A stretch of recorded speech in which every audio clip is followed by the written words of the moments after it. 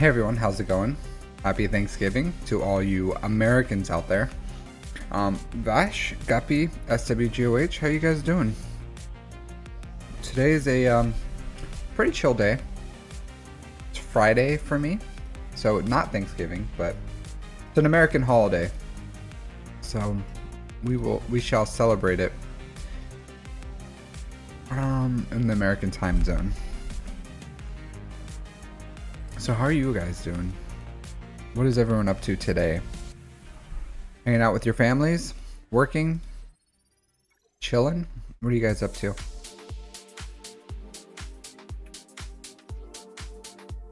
Yeah, my wife and I, for Thanksgiving, a bit irregular, but we went and saw Wicked, the movie. And then we had, you like the lightsaber turkey? Yeah, me too. So my wife and I, we went and saw Wicked and then had some Hawaiian food. So just the classic American Thanksgiving. Yeah. Studying? Nice. What are you studying for?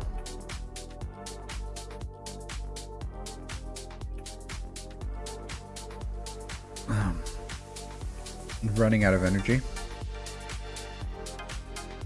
Conquest Sector 3.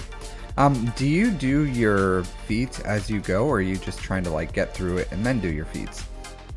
Because I just get through Conquest. If I can do feats, I do them along the way, and then I just like do all the feats on the back end, which I think is a little, I just want the battles to be as clean as possible. Nursing school, nice. The one thing I like about nursing is you can work your way up, you know what I mean? Like, nurses constantly are going through school as they are going through their career to like climb up that nursing ladder, which I think is pretty cool.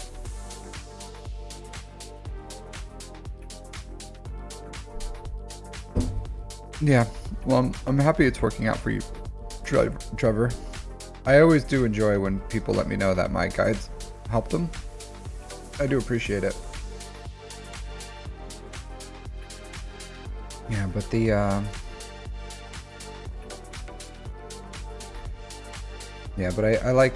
I really did. Has anyone seen Wicked? I'm not going to talk spoilers or anything, but has anyone seen it? I thought it was really good, personally. I thought it was like fantastic. CRNA. Yeah, because I was going to school for clinical mental health counseling, but I moved outside the US, so I wasn't able to continue that.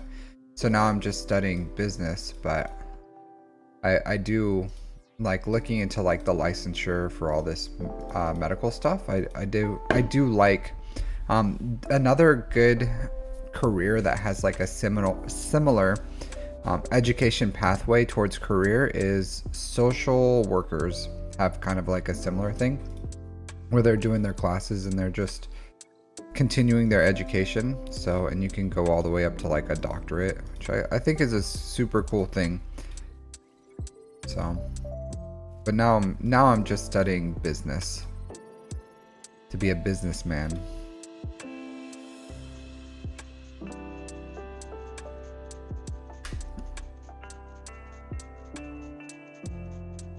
Nice. Well, here's a tip for you, Creep Show, for you slackers out there, if you haven't done it already.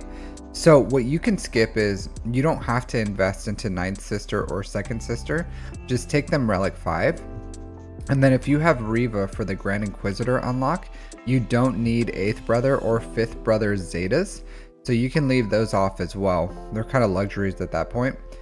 And you don't need to do the Grand Inquisitor lead Zeta either. So he needs his other 2 Zetas because he's important. So you'll only need 3 on Riva, 2 on Grand Inquisitor, and 1 on 7th Sister. And that team is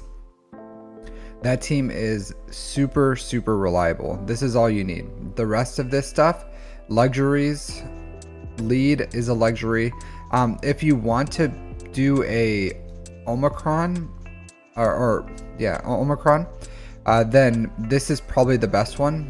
The where you can kill a Jedi, instant defeat a Jedi, because you can instant defeat a GL Jedi, and it still works. But I personally didn't give him any of his TW Omicrons.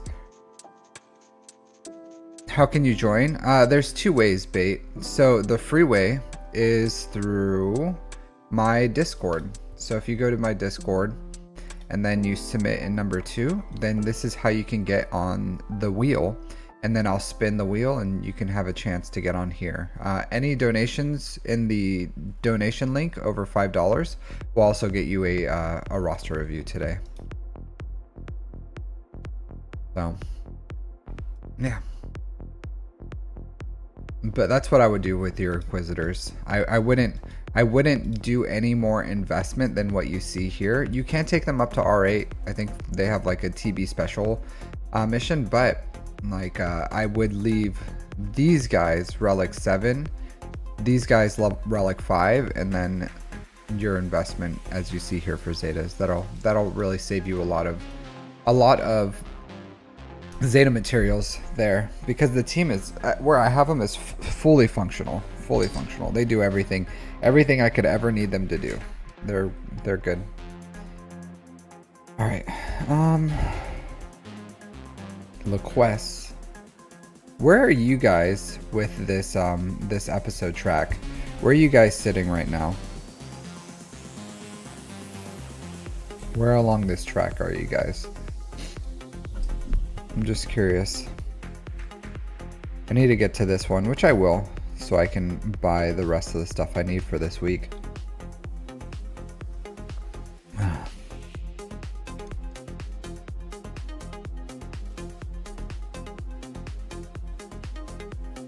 $33K? You only need, I think it's like 28.5. Level 22, level 23. Okay, just hit 23. Level 15, there's that free to play 24 as well. Yeah, so I do okay. Hey Arctic Gaming, how's it going? Don't buy the pass. Yeah, free to play is rough. It's really rough. So you really do, you're at 22, Vash. You have to prioritize. If you're the free to play, you have to prioritize your Omicrons first. That should be every week. You should prioritize your Omicrons, and you should also prioritize saving for next week's Omicrons. Because if I was free to play, I would get my Omicrons, probably my Chirotech as well, and then anything else I probably wouldn't get until I could save up enough for my Omicrons again. And I would always keep like a buffer of Omicrons, because I would never want to miss out on these. Like skipping out on the Chirotech, not as big of a deal. Missing out on the Omicrons, huge deal. And then I get what I need mostly, which is like these Mark IIs is the biggest thing I need. I'll probably buy this one. I'll get the Bronzium wiring and Carbonite circuit board probably next, and then I'll probably get this. Call it a day for the week maybe.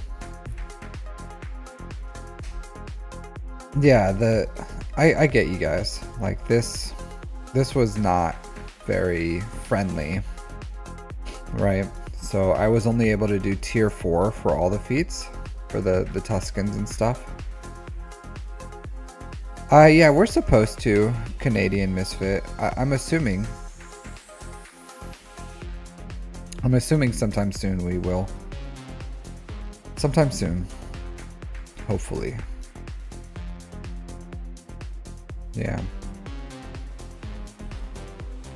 Oh man. Yeah, I was able to get the thermal detonators with Java pretty easy, but the Jawa units, my Jawas are pretty weak, so I was not able to get that good of.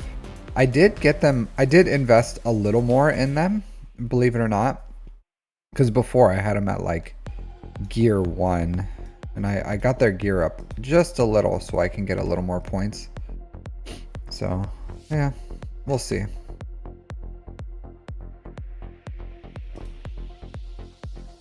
Hey Baroness, how are you doing? Yeah, the thermals, as long as you have a bush, if you have a bush, there's a bunch of different ways that you can cheese it okay-ish. That's good. Good to hear. I would wish you happy Thanksgiving, but the Canadian Thanksgiving happened in what, like October?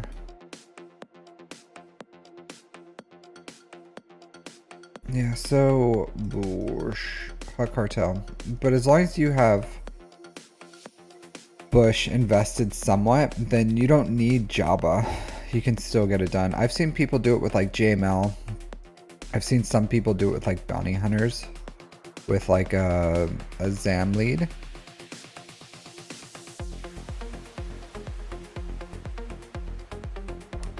Yeah. But pretty good. Yeah, how are you guys liking these new changes? Do you feel like the changes are beneficial? Because I could give you two different viewpoints. So I can give you the viewpoint of a I think from the free to play, it does not feel good. Personally, I'm not a free to play player, but looking at this system, I don't think it feels very good from a free to play standpoint. As a light spender, this track is actually like a good benefit for light spenders. So people like me, who are willing to spend, $20-$30 a month in this game, then this track is really nice actually with what it gives you. And I don't mind having to wait for rewards or whatever, because it's giving me like Zetas, Omicrons, higher relic materials, everything I need pretty much for my bottlenecks, it gives me.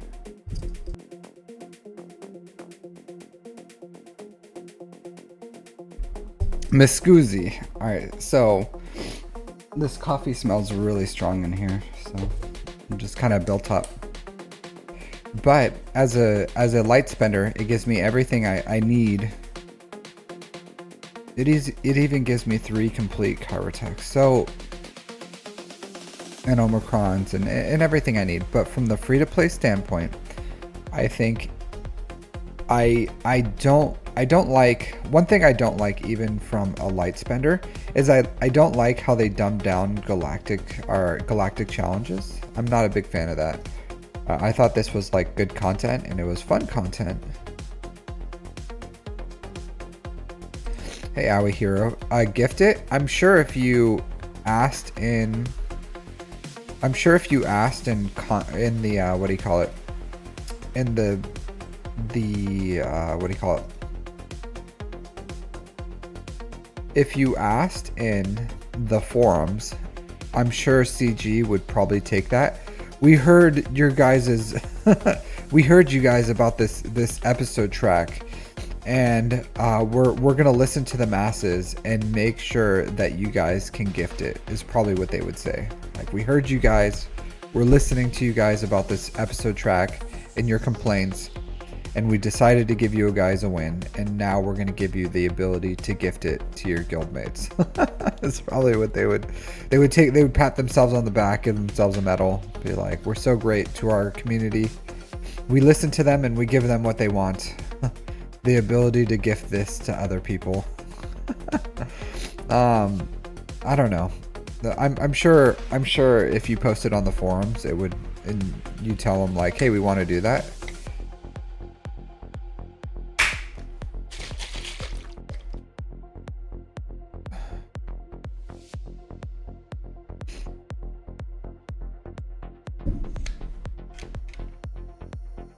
Yeah. Probably not Aoi. So you can say that. Just post it in the forums. Hey, I got a sugar daddy and he would like to gift me these passes. I want to spend his money efficiently. So can you guys make this giftable? I'm looking to spend my sugar daddy's money efficiently, guys. So please make these passes giftable. Maybe. I'm sure people would buy it, honestly.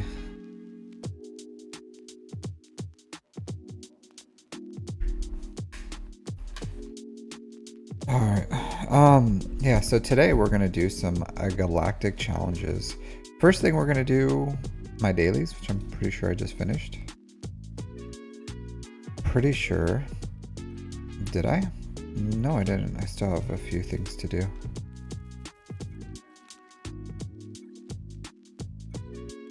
All right, let's finish these real quick, and then we'll jump into some other stuff. Not that one. Not you. 12. Do I want to play this? Not really.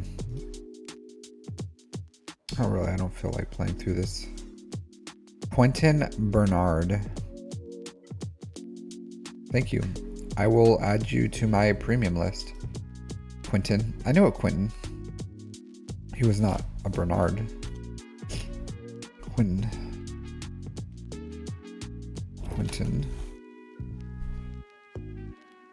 But I will thank you for the support. I will add you to my list, and then once we start doing roster reviews here shortly, I'll get you in there. All right, you had to do a pit stop to unlock JML.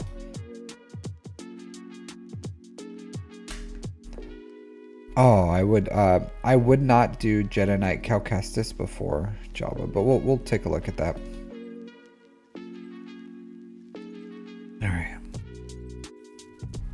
All right, on 25. I do wish they would add in the squad arena tokens here, especially for newer players. Like, it really does add up. Like, I obviously for me, not that big of a deal. I have prestige. I have everything I need out of here. I mostly just buy lately the Mark II back to jails and then prestige, but it would be nice. It would be nice for those players if they did that. I would greatly appreciate it. All right, so we do have roads. I don't know if I want to do that right now. Okay, so we did unlock Mandalore. That's good. We got Mandalore and Zepho going on. 31 of 34. Cool. Good for them. These missions are usually pretty easy. Maybe I'll just do my ship ones. I don't know. So let's knock this out real quick, and then we'll do roster reviews after that. 22, 23. Should be really quick. Doesn't take me long to do my TB stuff. All right, let's do this one first.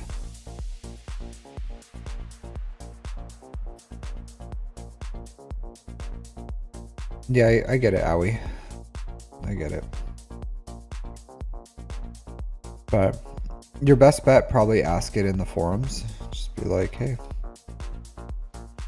It would be better if you phrased it in a way that didn't make you seem the way that you wanted to say it. So you could be like, hey, I'm a spender in this game, and I think your passes are excellent value. I would like to gift my guild with this. Are you guys open to making passes as giftable? And then, you know, like, maybe that would get a better response than, hey, I want my sugar daddy to give me some passes, so can you guys make that happen? I think that going the route of like, I would like to gift it, I would probably be the best bet. To not get absolutely flamed in that forum post. But if you don't ask it, it'll never come, right? So you got to ask for it, and then if you ask, you know, if you ask, maybe it'll come. So that's what I would say. What do I want to do here? I should put Tauntaun here. I don't know if I want to yet. Do I want to? Yeah, I'll do that first. Let's just basic for right now.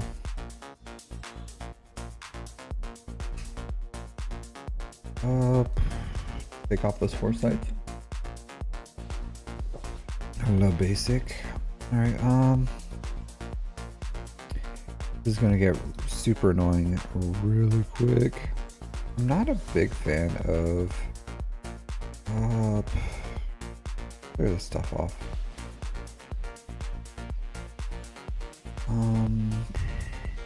Just basic for right now. Oh, it cleared it. It cleared it. All right. He's gonna lose his taunt. Sucks, but it is what it is.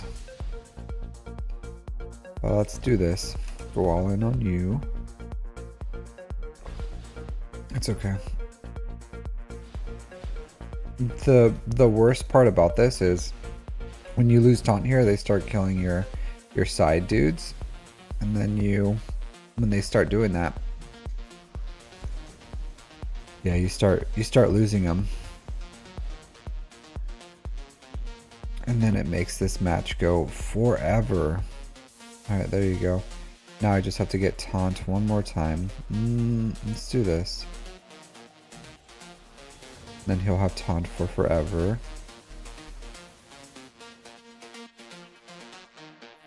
Let's do that. I'm pretty sure you can also do this with the Leviathan. But the Leviathan you can do Mandalore with. So I much prefer to save the Leviathan for Mandalore.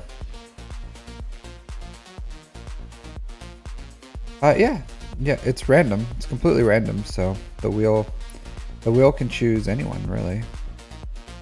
Oh man, look at my dude. He's living on a prayer right here. There's a chance I could just like completely there's a chance he could have just completely lost that. Alright, cool. We're kind of protected. For the most part. But yeah, the wheel's just random, dude. So it chooses whoever it chooses.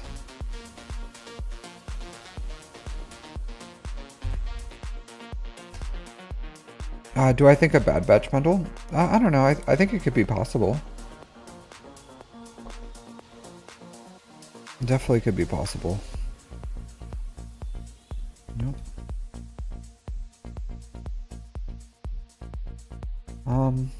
Yeah, maybe.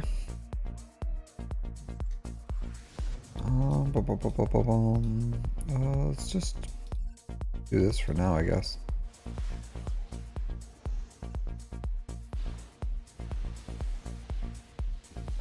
Yeah.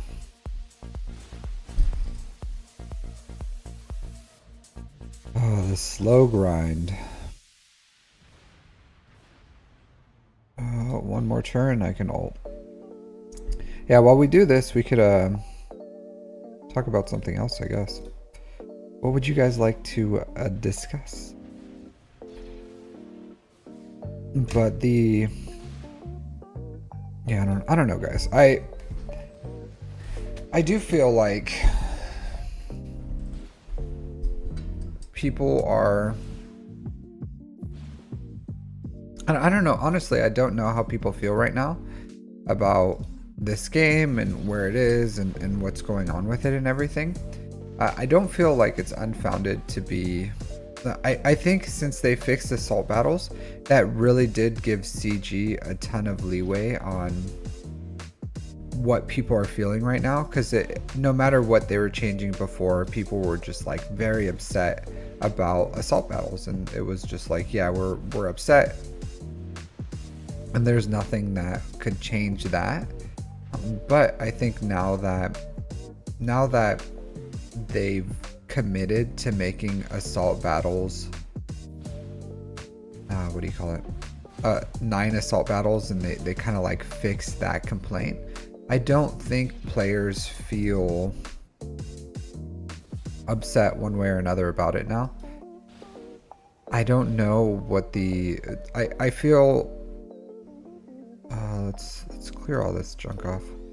But I feel like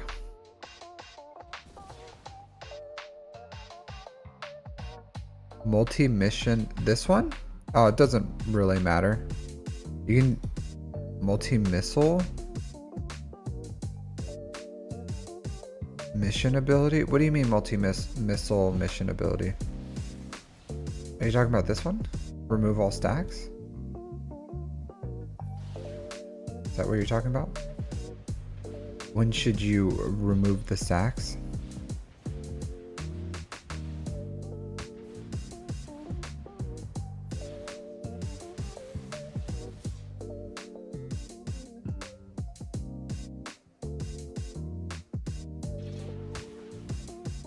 Yeah, Kian Hardwick. I'm not sure what you're talking about as far as the multi-missile mission ability.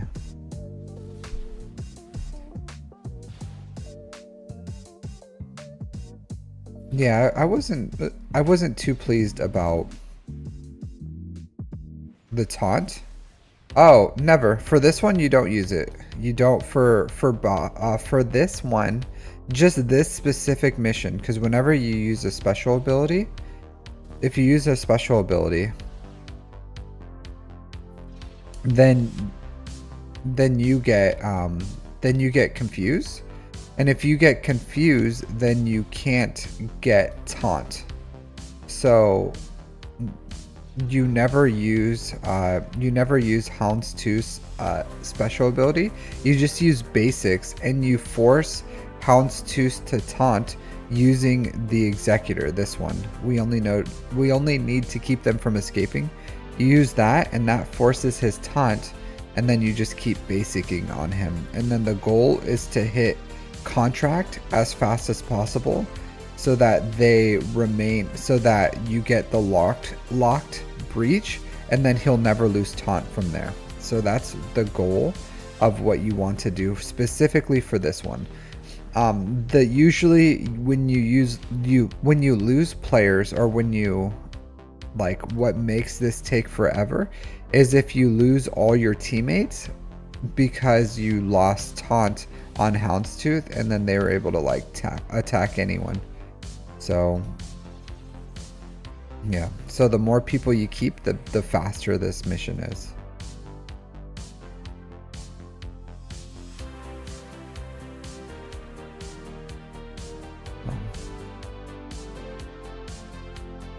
Let's do some rebels. Honestly, as long as you do the ship missions for these events, it makes a huge difference for points. Like that's the best way to get like points, and for combat missions in themselves, I still do everything I can, but I still get it even when I'm in like the relic 8, 9s, and I really can't engage much in these. I still, man, one thing I do hate is these freaking things. Who do I want to do? Do you first. Do that. Okay. Assisties. Alright. Oh, they survived. Survived. Usually I AoE to kill these dudes. Why not? Let's just try to get them out. No. Alright, heal. This is going, honestly, not that great, guys. I would like to keep going on you. I gotta kill him as fast as possible. 3 turns. Alright, that's fine. Anakin Bundle's a good one. Let's keep going on you. I'm getting so ult super quick here, though. Who do I want to do? Let's do that. Remove all your buffs. And then do this. There you go.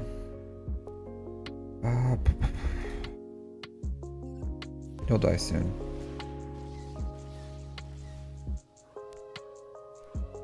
Alright. TIE Interceptor. That's fine. Let's kill these. I think there's like a bug for... There is a bug for summons where if the summons survive last, that you can pretty much lose the match. I'm pretty sure. Like they just take like an infinite amount of turns. I'm not sure if that bug is still here, but I'm gonna kill them off just in case, because I just don't want to deal with that bug if it's still there. Yeah, whatever. Sure. At this point, yeah, I can just pretty much put it on auto. Alright. Yeah, these shipment matches are super easy. Really easy. That's probably the biggest reason why I tell people to get their their ships to 7 stars. Yeah, it's good for their performance and everything, but it's very, very easy points for TB, and it does really help the guild if you have all the fleets, because it's the most points that you can get for combat missions, and it's very easy to do. So let's see. Castle, nope. Mandalore. Alright, so this one's pretty easy. Let's go Leviathan.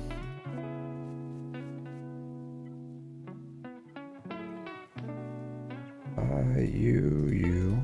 Go Sith. You. Yeah, that's fine.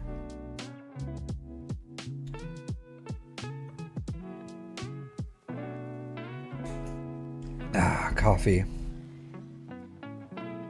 So good. Alright. Cool. Kill this dude, please. Por favor. Por favor. Please kill this guy. Let's do that for a second. Anakin is a... let's just do basic for now. Anakin's pretty much a shot caller right here. Hey Pigster, how's it going? Alright, let's do you. Stun, just a little pew pew pew pew pew right there. Why not? Let's just do that. Resisted, that's okay. Alright, let's do that. Get some healing up here. Just a little basic, because I'm basic, guys. There you go. You're basic. Oh no, they're attacking my dudes. Sometimes he dies. It's fine. Here, I'll attack you. Let's do that. No dazes, so we can do that. Cool. Let's stun you, because you're the #1 stunner. And then kill you. And then we'll stay on you for now. Some more pew pew pewing, guys. Do a little bit of that. They can kill him if they like AoE into him right now. No! Don't die. 4 stacks. Alright, cool. Yeah, let's do you. That would be super annoying if they killed him. Let's do that. Almost dead. Heal up. Cool. These matches are... let's do that. Not very engaging, you know what I mean? But it's fine. And they're doing some work. Some work to my buddy over there. Radius fleet for getting the light speed bundle. Radis, here, let me read that again. For the Radis fleet for getting the light speed bundle. I don't know what you're talking about. Radis fleet for getting the light speed bundle. What additional ships must I have? Oh, Radis. Okay, got it. Nah, I think I'm picking up what you're laying down here. You've never had coffee? You're missing out.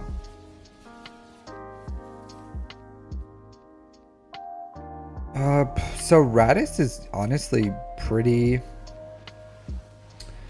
self-contained, right?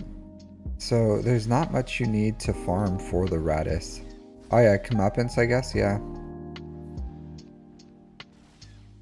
So there's 2 you need, the MG 100 Star Fortress and the comeuppance. So you'll have to farm those, and that's pretty much what you'll need. Let's just kill you. Just auto basic here. Yeah, I'll show you. But there's 2. Comeuppance works at the MG 100 Star Fortress is another one, and then the comeuppance. So I would not prioritize resistance fleet over generally mostly any other fleet. So it's not a bad fleet. I'm not saying it's bad. I'm just saying that the Zori fleet is probably the last fleet I built, instead of like, yeah. So the resistance.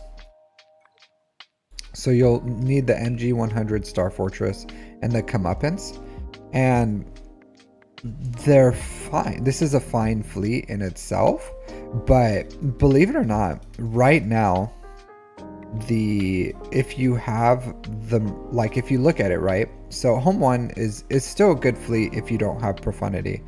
Endurance actually right now is a good fleet if you have the Marauder. So if you have the Endurance and the Marauder, right now, that's countering Leviathans and Executors. So yeah, it's a better fleet right now than the Radis. So Finalizer can still be used to one-shot Punishing One out of Executor. So out of all the fleets, like, Radis is still probably the worst, because Chimera counters Negotiators with Marauders. Executrix can counter Executors.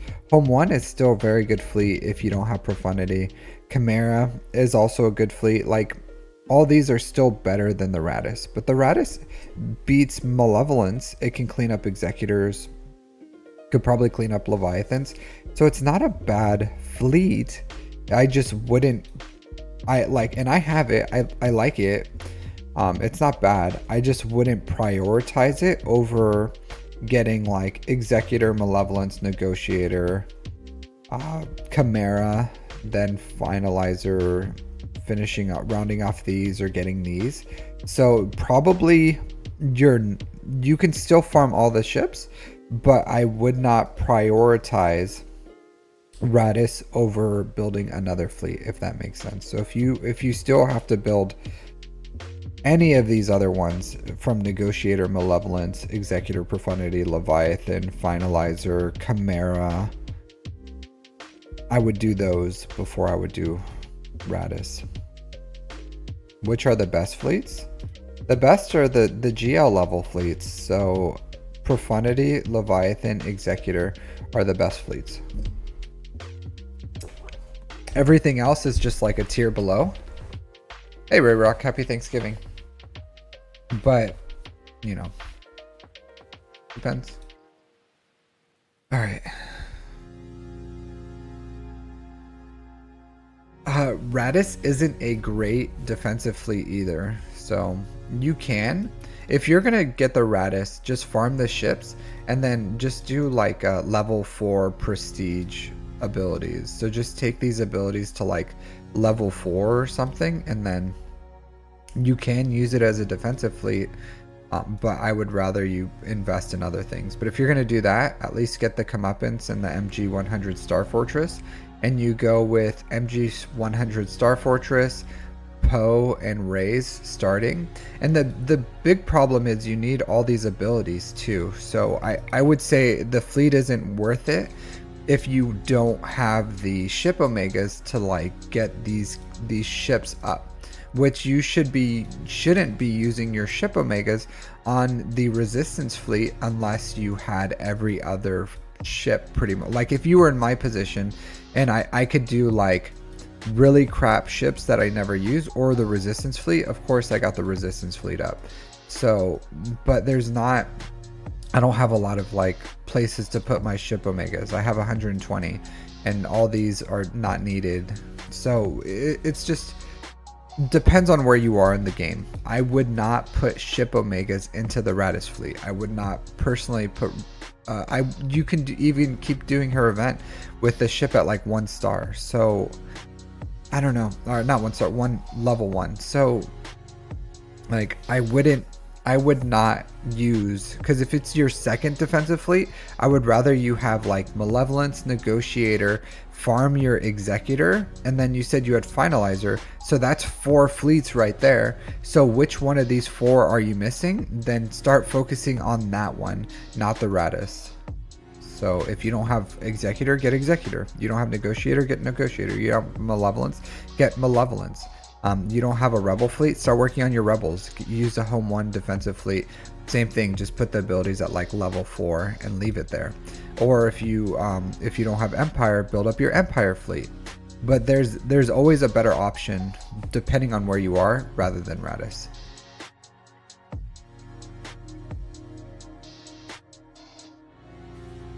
Yeah, use whatever you want. I'm just telling you that it's not a good fleet. So I personally, I have no dog in that fight. You know what I mean? So just some wave top advice for you. But as far as like the ships, comeuppance and the MG-100 Starfighter, but unless you are late game, I would say it's not worth investing in. All right, so Quentin, let's get Mr. Quentin. Are you here, Mr. Quentin? Can you show me? I'm still gonna do your review and I'll timestamp it, but if you can show me a little bit of sign of life, just a little, just the teeniest, tiniest, incy, tiny bit of life that you can show me, I would appreciate it. Also, as all other people who do their roster reviews with me, if you want to jump in Discord, I can chat with you live about your roster review if you would like to. So would you like to jump in Discord, or would you like to just get a normal roster review? Up to you. I'm just gonna start, but if you want to jump in Discord, let me know and then we'll jump into Discord. All right, so the Imperial Quentin, technically it reads as Quentin, but I'm assuming it's Quentin. All right, so 7.3 million GP, 4.2 in characters, 3 million in ships. A year and some change, like 3 months played. If you use the donation link Creepshow, it's $5 or more for a roster review. All right, so we got a Lightspeed bundle extraordinaire here. I don't know if you bought it for the Starkiller, but we have Ray, SLKR. Pretty much I'm assuming that you've been buying every single Lightspeed bundle since they've come out. So that's my assumption. Hey, Blackhammer, happy Thanksgiving. Which isn't bad. I think that's not a bad thing to do. You have a lot of good things in here. You have Bane, you have Zori, Ben Solo. So I'm assuming this is a somewhat Dolphin-ish account, because I think you're buying the Conquest Pass Plus to get these Conquest characters quicker.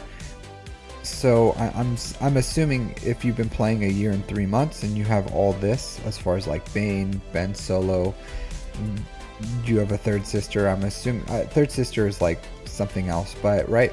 But I'm assuming you're buying the Conquest Pass Plus, or at least you used to get these Conquest characters quicker, which isn't bad. You do have Reva ready.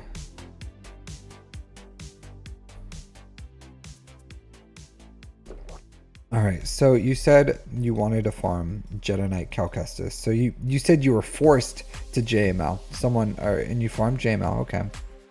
So you have 0 Zetas for JML. None. Nada. Goose Egg. You don't have mods for him either. I'll say this. So in the future, I would like smart spending, right? So the Conquest Pass Plus probably could have got you there a lot quicker than whaling on shards, but you know, it's a good benefit. So if you are looking in the future, if you do want to whale on Conquest characters, I would say Conquest Pass Plus, because even then you get like 6 tries for the event, and that's what I did for Malgus. I got Malgus in 3 months. With the Pass Plus, so this is, so I would say, hey Creepshow, I got you next, buddy. So I'll say this: you're not like this. This meets my minimum requirements for a for a 6-dot mod, which it very well could have been 15 speed and then you took it up. But you, I got you, Creepshow. But you did not follow my mod slicing guide as far as for 6-dot mods, because that matters too. And it's like some mods are worth investing in, even if it's like at 16 speed. I would not have put this much investment into it. I probably would have taken it to 15. I don't remember, what is it, EDF, or I'm sorry, EDC. I would probably took it to C, 15C, and then left it there, because like, one, this isn't a mod that JML wants because it has 0% protection. Like, you can still use this mod for someone. This is probably a great Jolie mod, but yeah, I would say same thing as this one's okay. This one's okay. Like, it's not bad. Your speed ones definitely need some work, which I get. As far as if you have 3 Zetas, I would probably do his Galactic Legend, his lead. I would have to look at the other ones too to see, but definitely his lead, definitely Galactic Legend. I don't remember the rest, to be completely honest.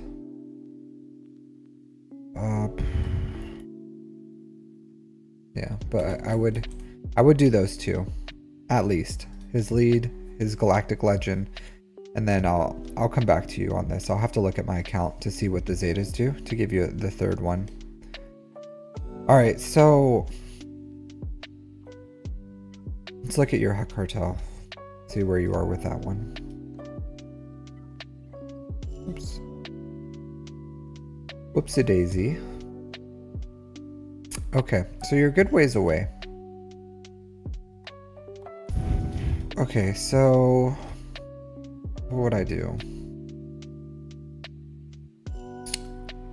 I would say no for Jedi Knight Cal Kestis for you right now. No. There's 2 things you're going to do first, and then you can come back to Jedi Knight Cal Kestis. 2 things. First one. This is not counting JML. Of course you're going to finish JML. But the 2 things that you're going to finish are, you're going to finish Master Qui-Gon, Padawan Obi-Wan. So you're going to take these 2 to Relic 7. You can do it before Jabba, or you can do it after Jabba. So it's up to you on when you want to do these. Maybe you can do them concurrently. I don't know. But Padawan Obi-Wan, Master Qui-Gon, R7. Then you're going to farm Jabba.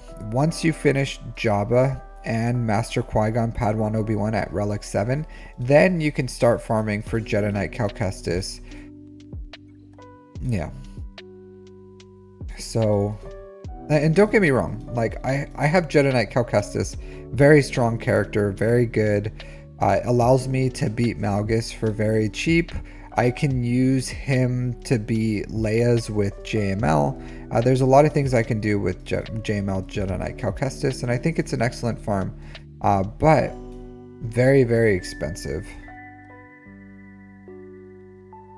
Quentin, you could probably just keep farming what you're gonna farm, and then, because once they have, what are they gonna do? If they're gonna kick you, then they're gonna kick you, you know? Like, I doubt they're gonna kick you for that.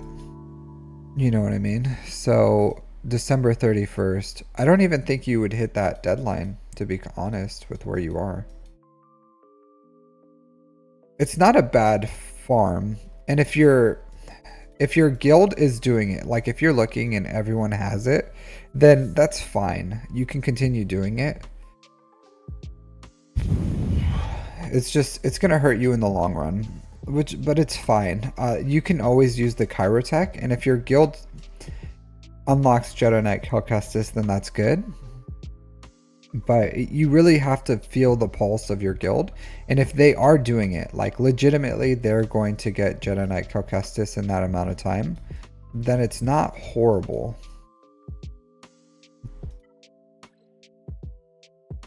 Generally.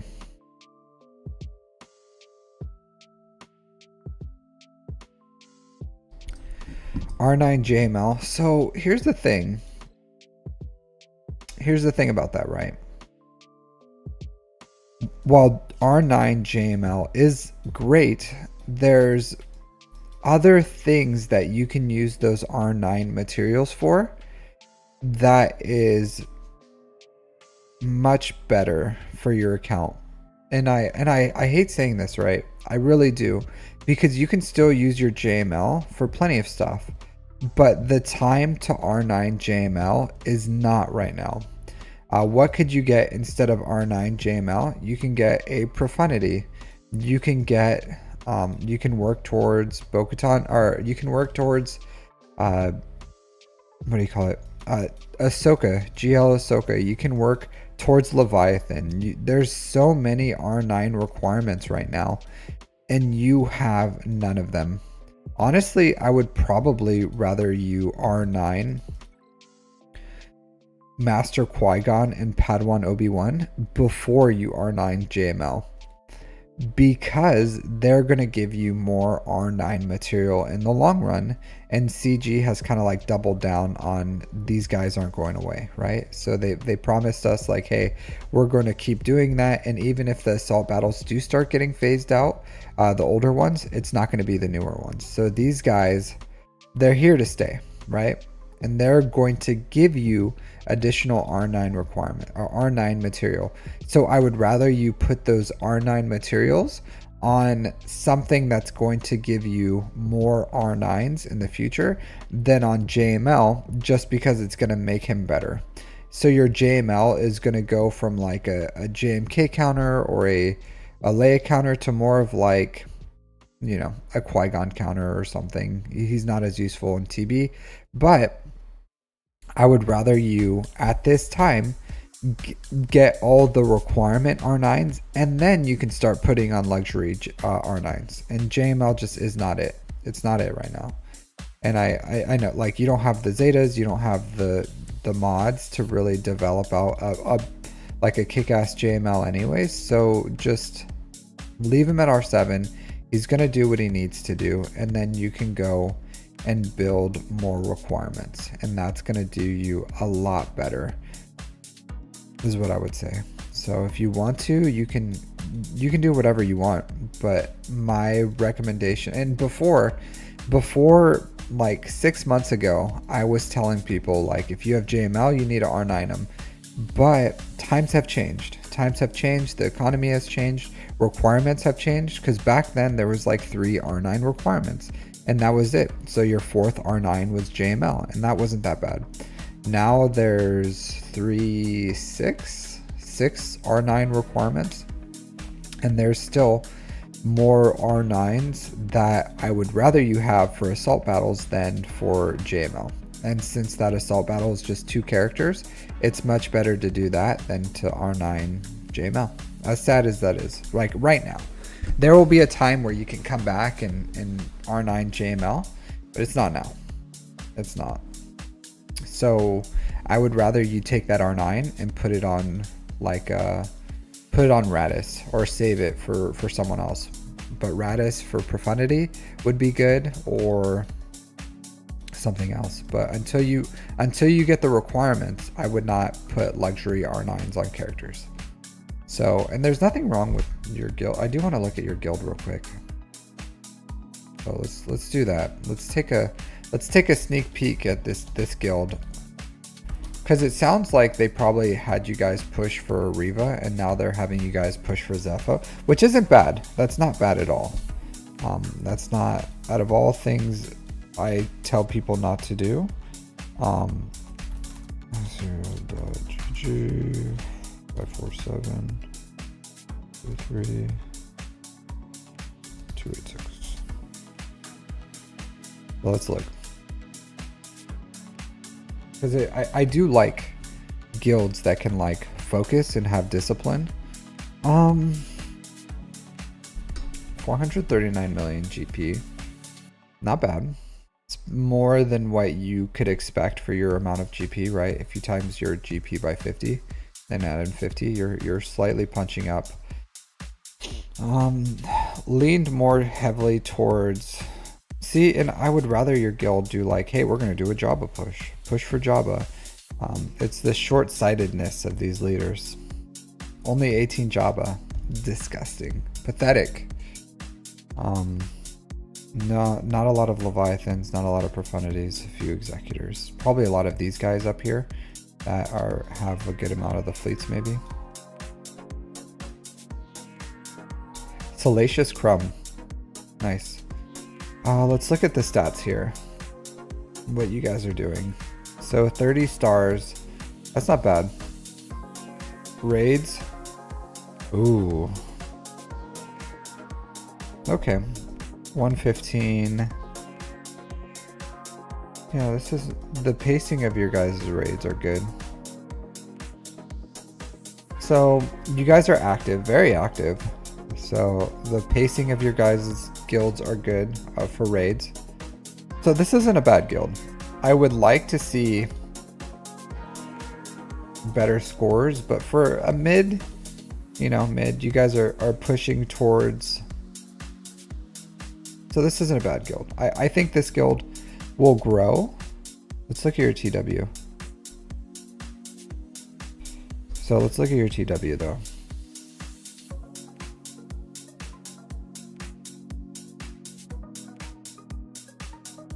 Not a lot of data here. So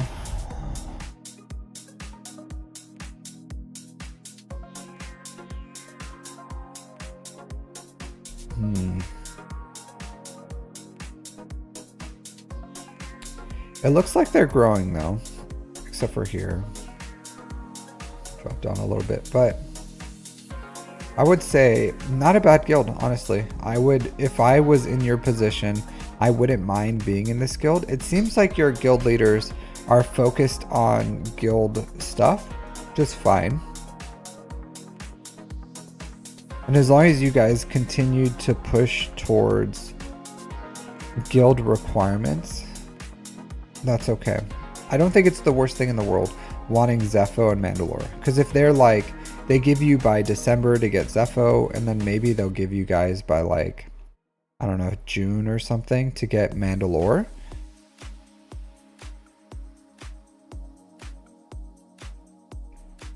Yeah. It's not bad, honestly. So, like, if I was you, I would, yeah, go ahead and finish your guild requirement. It's not a bad guild. It's really not. So, and as long as, like, they got you third sister. The Jedi Knight Cal Kestis is fine. So, it's annoying, right? But going JML into Jedi Knight Cal Kestis is fine. Go straight into Jabba from there. And then after Jabba, finish the Poncho Bros. Would be okay.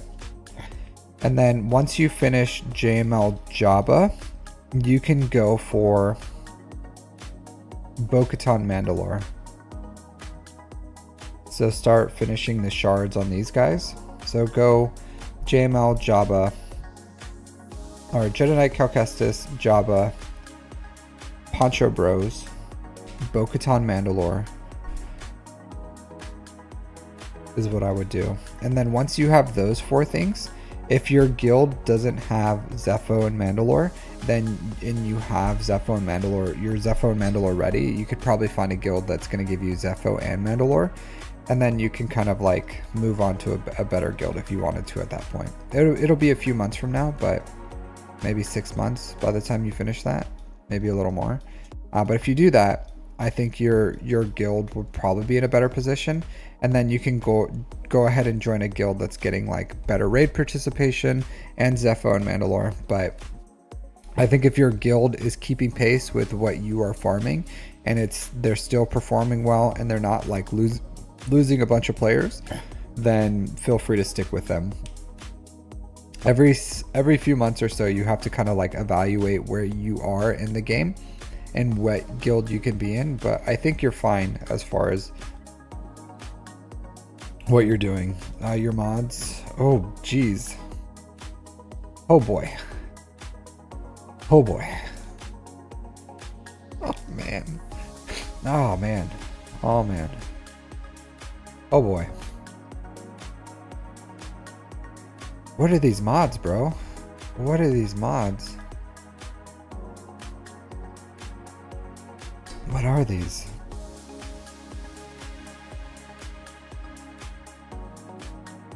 Please. The disrespect.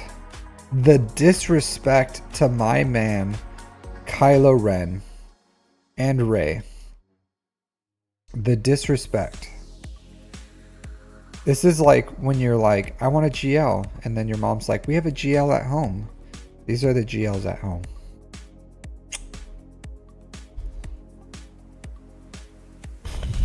Have you seen my mod guides?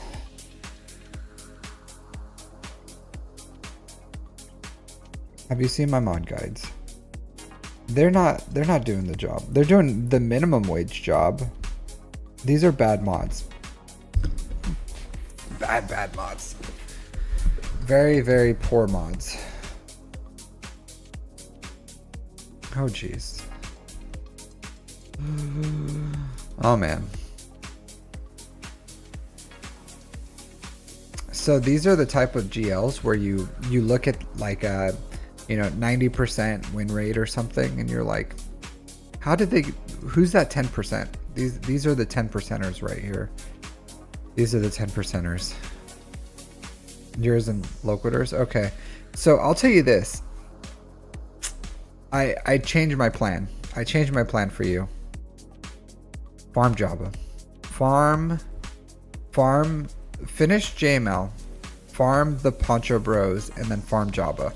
I don't care what your guild says. Honestly, if they kick you or if they're like, you need to do it, just be like, look, my mods are so behind, I'm farming Jabba first. Like, that's it. Like, I'm a farm Jabba, and then afterwards I'll get Jedi Knight Cal Kestis. And if they're like, well, then you need to leave, then leave. Find a new guild. But your mods are hurting so amazingly bad. And there's only two things that you can do to kind of fix it. Like, one, how's your fleet currency? So you're still getting one, so you're fine there. So you have your 50 refreshes, so you should be doing 3 refreshes for mods every day. And if you're not, you need to start. And then the next thing you can do, there's 2 things, Jabba and then the new assault battles. Also, if you buy the Pass Plus, that'll help you with some slicing materials. But like, if you're following my farming guides, and you should be able to fix this once you get Jabba, and then like 6-ish months from there, you should at least be like usable levels for all your major characters. And usable, I mean like Rey, your GLs, your important characters for GLs, your Banes, your Star Killers, your stuff like that. Like 6 months after you get that. But your mods are really bad, like trash level mods. And I don't mean to like just dunk on you and everything you're doing here, but these are really, really bad mods. So like, these are fine. Like, even like this should be on SLKR. Like, this should be on SLKR. This should be on SLKR. I don't know what else to tell you. Like, should be on SLKR. So you're gonna have to give him a 6-stop mod. So just give him like a pilot's mod or something. But get that mod to SLKR as soon as you can, and then start building more mods. It'll take some time. But farm Jabba as soon as you can. Don't stop for Go. Don't collect $200. Farm Jabba, and that'll help you with your mods, because your character is growing faster than what you can mod. And don't get me wrong, I mine too. Like, my character or my account is growing very, very fast, like extremely fast. But I put in the work and the effort to build mods for my characters that need mods, the important ones. So You can give this to like SLKR too. This isn't a bad SLKR mod. It's not like ideal, but it's not bad. So like this could go to SLKR. What else? This can go to SLKR. This should probably honestly be on SLKR. This should probably be on SLKR.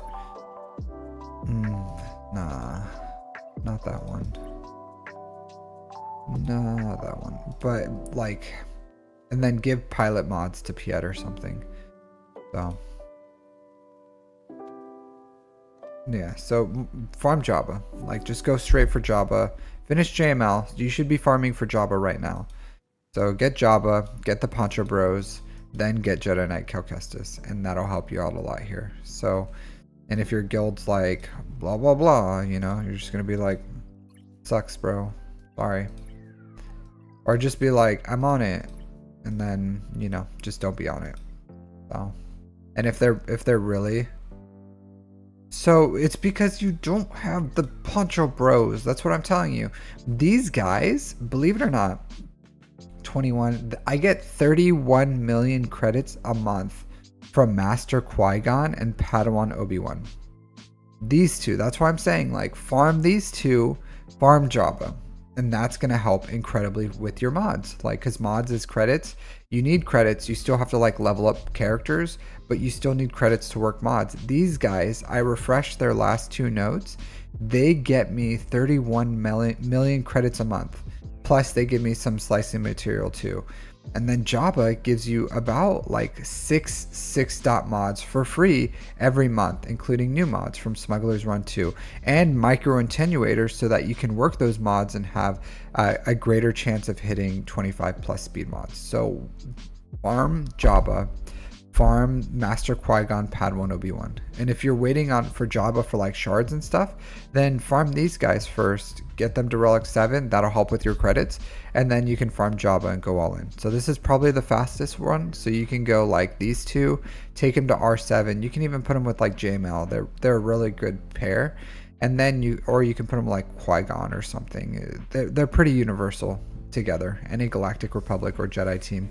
Once you're done with those, then go all in on Jabba, and then once you finish Jabba, then you can go for Jedi Knight Cal Kestis. But Jedi Knight Cal Kestis, while it will help your guild and while he's okay, you don't even have the mods for Jedi Knight Cal Kestis, so you're gonna have like a crap Jedi Knight Cal Kestis just sitting there being all crappy. So do this.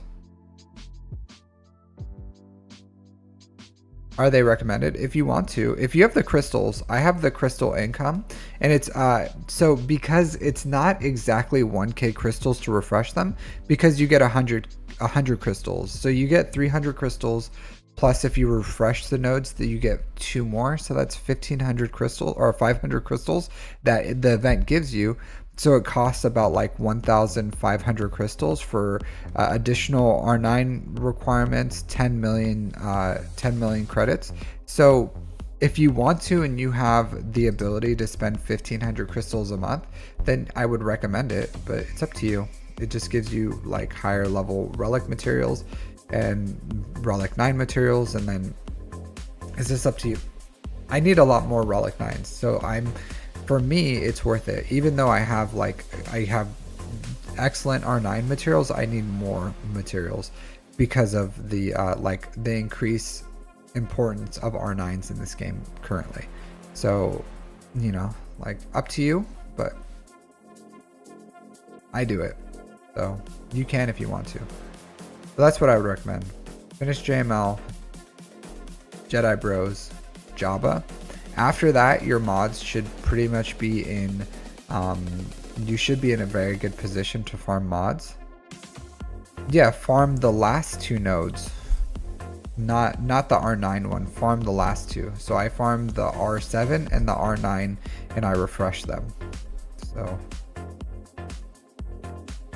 is it better for the packs, the 500 packs? I'm pretty sure. So they're just so quick. So because they're both a Cantina farm, you can just finish them really quickly. So yeah, I would, it just depends. Like Jabba is more important in my opinion. But these guys, you can farm them so quickly that and Baroness is right. It's like, it's just incredibly quick because it's just 2 characters. So it's not just what's more important, because it's like apples and oranges. They're just different things, and they're required for different stuff, but they're both important. So like if someone was 2 relics away from farming Jabba, I would say are 2 characters that are like really easy to farm to get like equal level. Like if you could farm 2 characters and get Jabba, or farm the Poncho Bros, I would say farm Jabba and then farm the Poncho Bros. But if you're like 10 characters away from farming Jabba, then farm the Poncho Bros and then farm Jabba. Like either way. So you don't need Quentin, listen to me. Look me in my eyes. Look me in the eyeballs. Farm your Poncho Bros and then farm Jabba. I didn't say anything about Queen Amidala.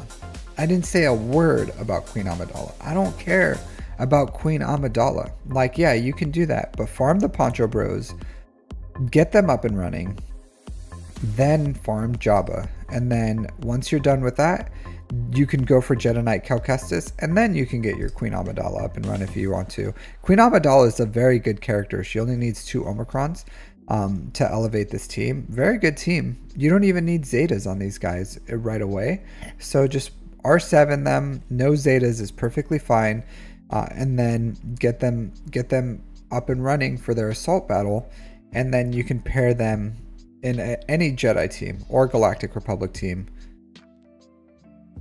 Yeah, but get these guys up and running after JML, then Jabba, then Jedi Knight Cal Kestis, and then you can go Queen Amidala. So yeah. All right, that's what I got for you. As far as the Zetas here, let's real quick look at JML. Where you at? All right, definitely not this one. Probably not this one.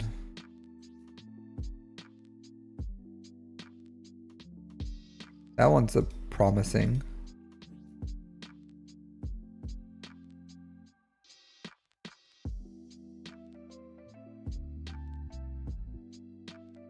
All right, I would probably do these 3 first. So the lead, JML, Galactic Legend.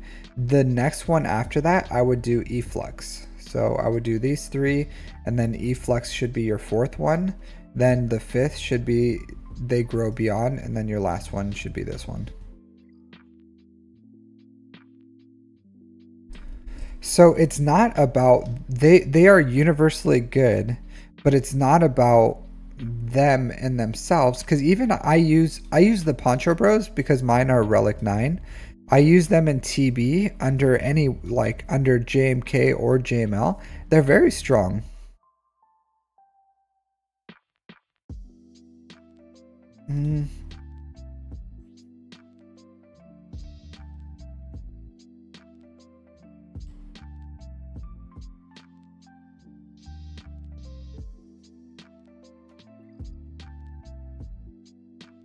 I don't think it really matters. Jedi Legacy or Eflux, but that's what I would do. You'll get both soon, but my comment stands. I still leave it there. But I get what you're saying, Baroness. I think that's a strong argument. But yeah, but it's mostly for the assault battles. They're just good, universally good, and then you can do whatever you want with them. And don't get me wrong, Queen Amidala is very good, but the Poncho Bros themselves are more important for their assault battle. So that's what I would recommend. All right, next we have Creep Show. Le Creep Show. This month I'm going to be rolling in credits, because we're gonna have 2 of those. So I like, especially if you, for those who have who have both the new assault battles this month. Oh man, the credits we get are insane. Very close to my GP. All right, we got Creep Show with the cruise control. All right, let's see what you said. Did you want to jump into chat with me, Creep Show? You don't have to. You're just welcome to. More than welcome to. Not a requirement whatsoever.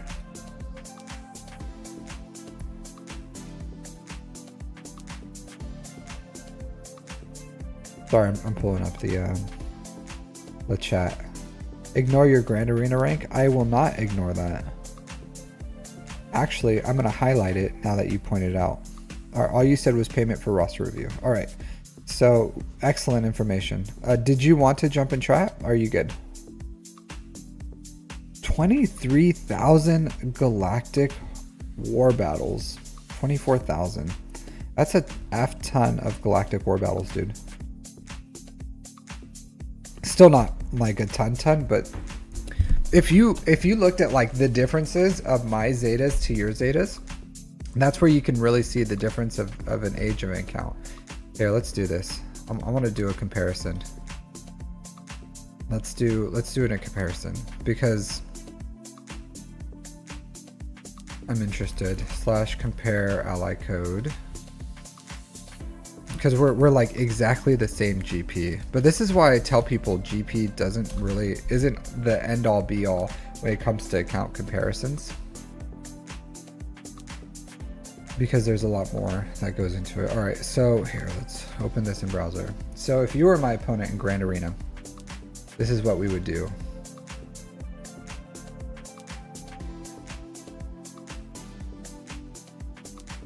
Quentin, you can if you want to. You can also just talk to your leaders if you want, and just be like, because your guild's not bad, but yeah, I can look at your stuff, Guppy, again. Just drop your ally code in chat. But if you look at the comparison here, right? So you have double the time played I do, believe it or not. And then you can see it here in like the Zetas, the difference in the Zetas. This is where you can really see an account age, because there's only so many ways you can accelerate this compared to. Pretty interesting. Your mods could use a little bit of work, to be honest. They're not bad. Some of them are good. Speeds are good. You go more health with Leia. Okay, cool. You don't have the Leviathan. All right, let's jump into this. It's the Creep Show. All right. 7 GLs. You took like a year off too. Nice. All right. So you're missing Lord Vader? When are you going to get Lord Vader? Lord Vader, believe it or not, more important now because of ships. The Bad Batch? Whew. Oh man. Oh man. You didn't even farm these guys. Yeah, I would just say this, Quentin. Find another guild, right? Find another guild. Apply to them. If they accept you, then like talk to your guild leaders and be like, hey, look, I can't farm within this time zone, timeline. It's gonna, because I have to finish like these things, and then I can do it.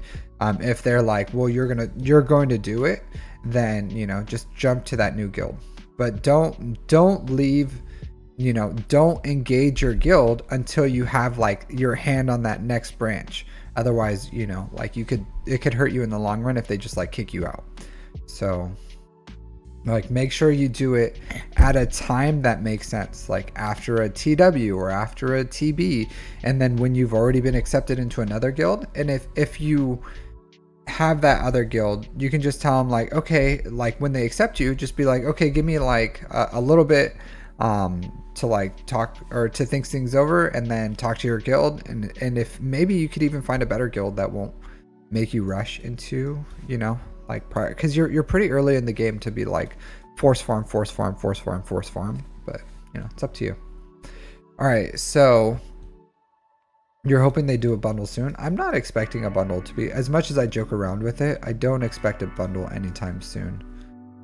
You could always wait, but I think you should at least farm the shards, dude. Like, come on. This is a unnecessarily, like, because you should have all your shards farmed for the most part. So, and you're not even farming the new things, like, not at all. So, what are you farming for? Yeah, thanks, Quentin. Have a good one. What are you farming for, dude? What are you investing in right now? Because I just don't see it. I don't see it. You don't have Jedi Knight Calcestis. You don't have Bo-Katan Mandalore. You don't have Zori invested in. All energy goes into gear? I don't know. But you should always farm your shards first, I think. But what are you farming? It doesn't make sense. Because you're missing one GL, right? Leviathan and Inquisitors. Okay. Alright. I'm surprised at this point. Where is your Reva shards at? Like, how many shards do you have for Reva? Because honestly, at your GP in time played, you should have like got a Reva pretty much for free. Like, there's no reason where you are in the game to not have Reva. So where's your Reva at? Like, how many shards are you from there? Tomorrow. My guild already did Reva. 310. Okay. So are you on, is that, did you already get the payout? So I think I talked to someone about this too. So let's look at this, Inquisitors. So you already done messed up, right? Because I just talked about this.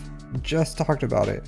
And I was like, don't invest into Ninth Sister and Second Sister. Especially Second Sister. You never use her.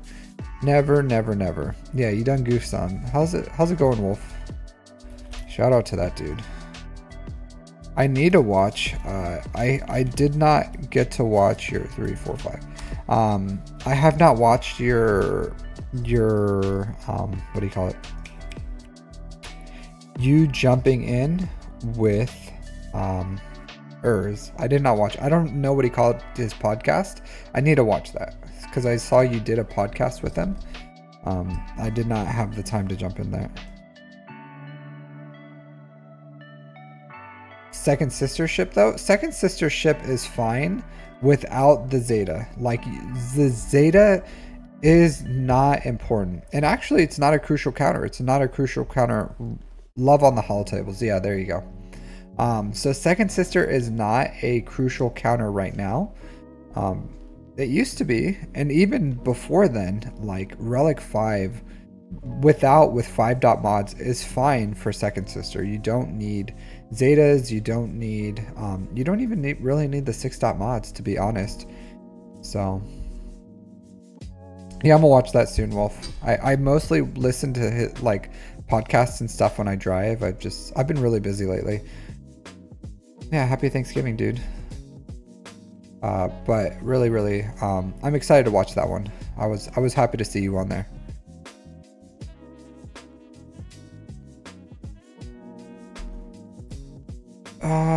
This guy's not complaining about his guild.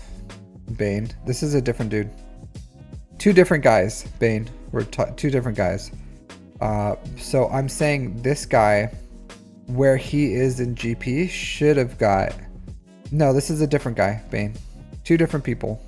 2 different people. But this person, I'm saying with how old his account is and the GP and everything, he probably should have been carried by Reva by now. But it's fine. I'm just saying, don't invest more relics into Ninth Sister or Second Sister. You don't need Grand Inquisitors lead Zeta.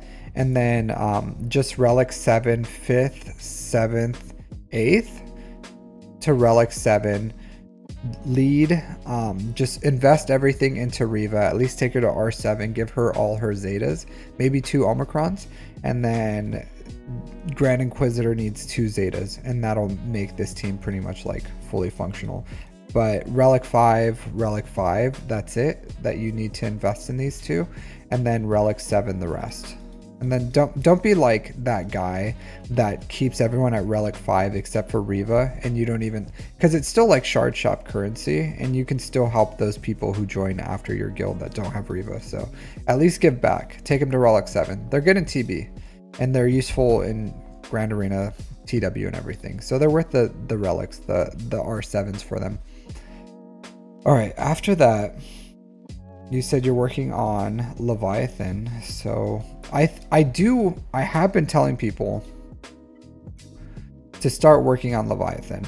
Like, people have been, where's your Malgus? How far are you away from Malgus? Where's your Malgus ship? Donde estás? La ship. I'm assuming that's what you're waiting on for that. 999. Okay, so you're super close to Leviathan, and you're working. I like what you're doing here, honestly. I think this is smart. So you finish the relics for Leviathan. You're just farming the ship shards to unlock him, and then you can do that.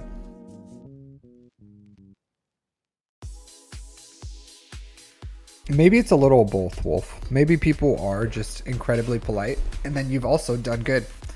So, done great. 320 shards. Okay, that's great. So you should be getting Leviathan. Did you? I think you said you saved your shards to take it to 7 stars, which I think is really good. Where is it at? Empire. TIE Reaper. Okay. The TIE Reaper is going to be important for you.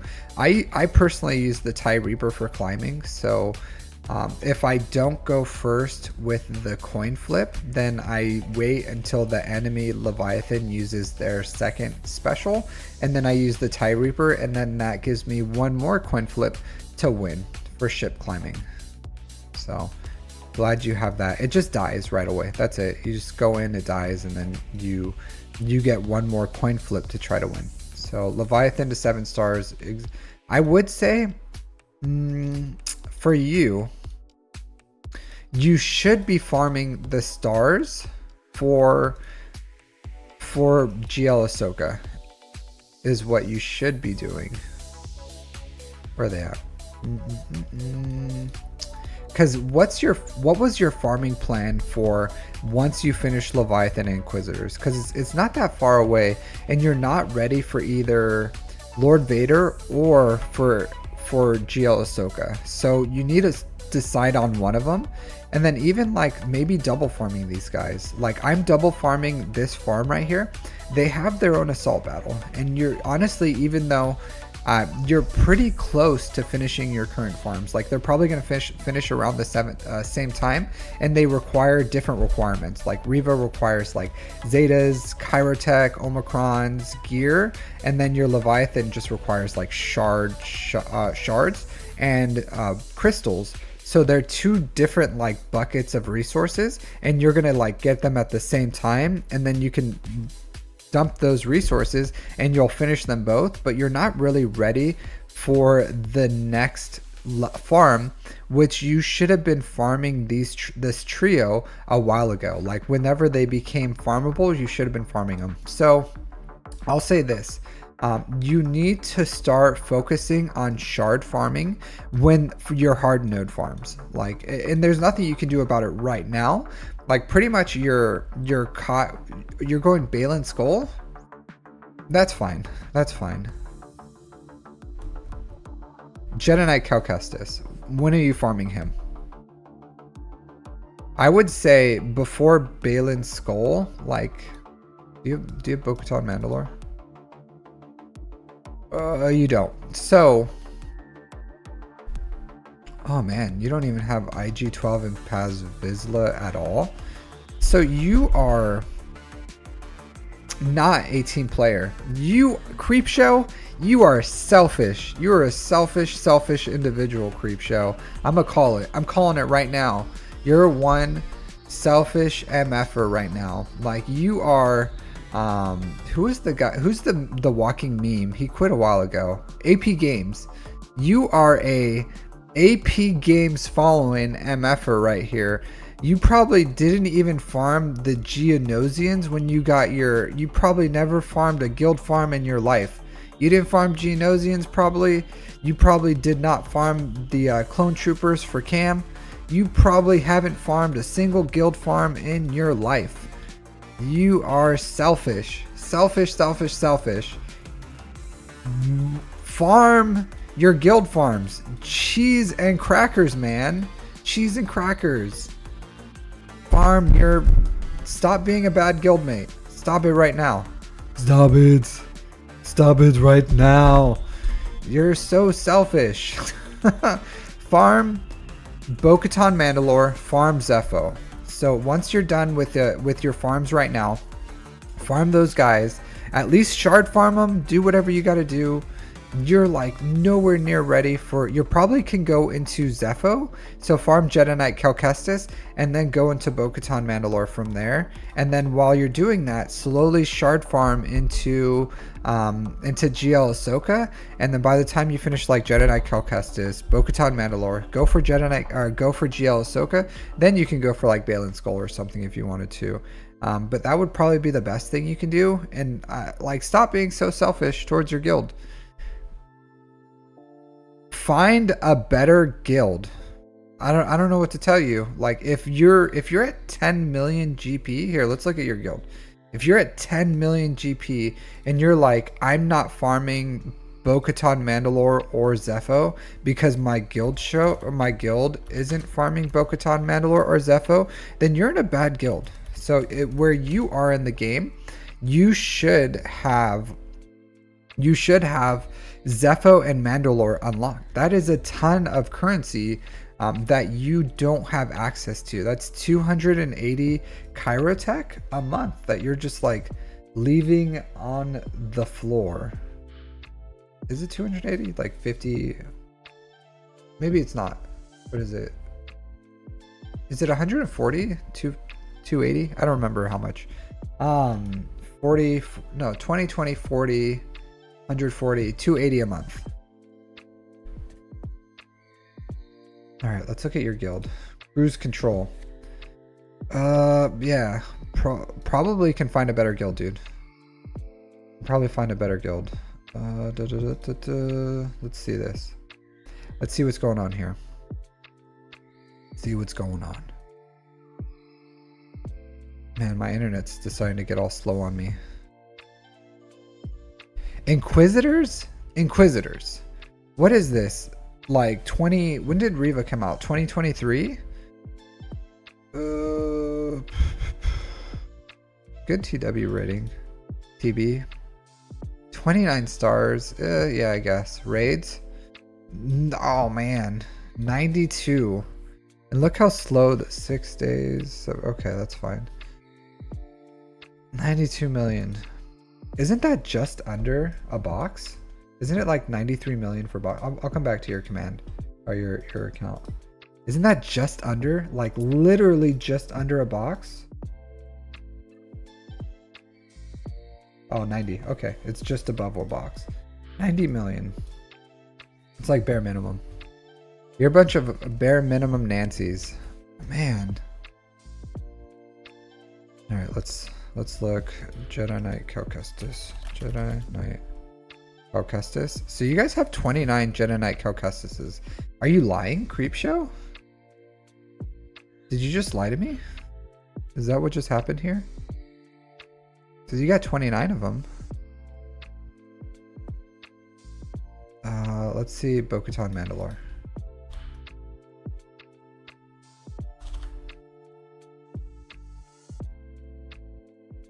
You just lied to me. I feel so betrayed.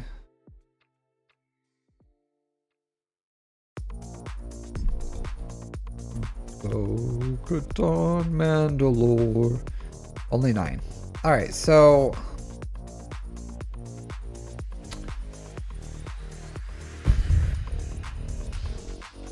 Yeah, I think you could do better. I think you could do better than this. You guys just barely hit the 90 million mark. Just barely.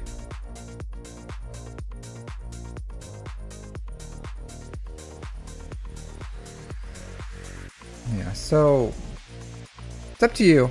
Do whatever you want. But I would say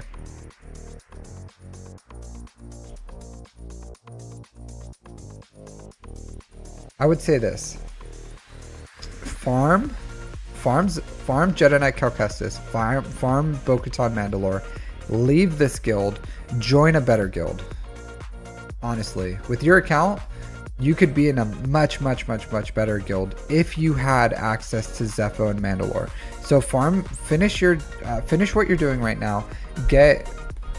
Prioritize those farms. Finish Riva, right? Because you're like right there. So finish Riva, finish Leviathan.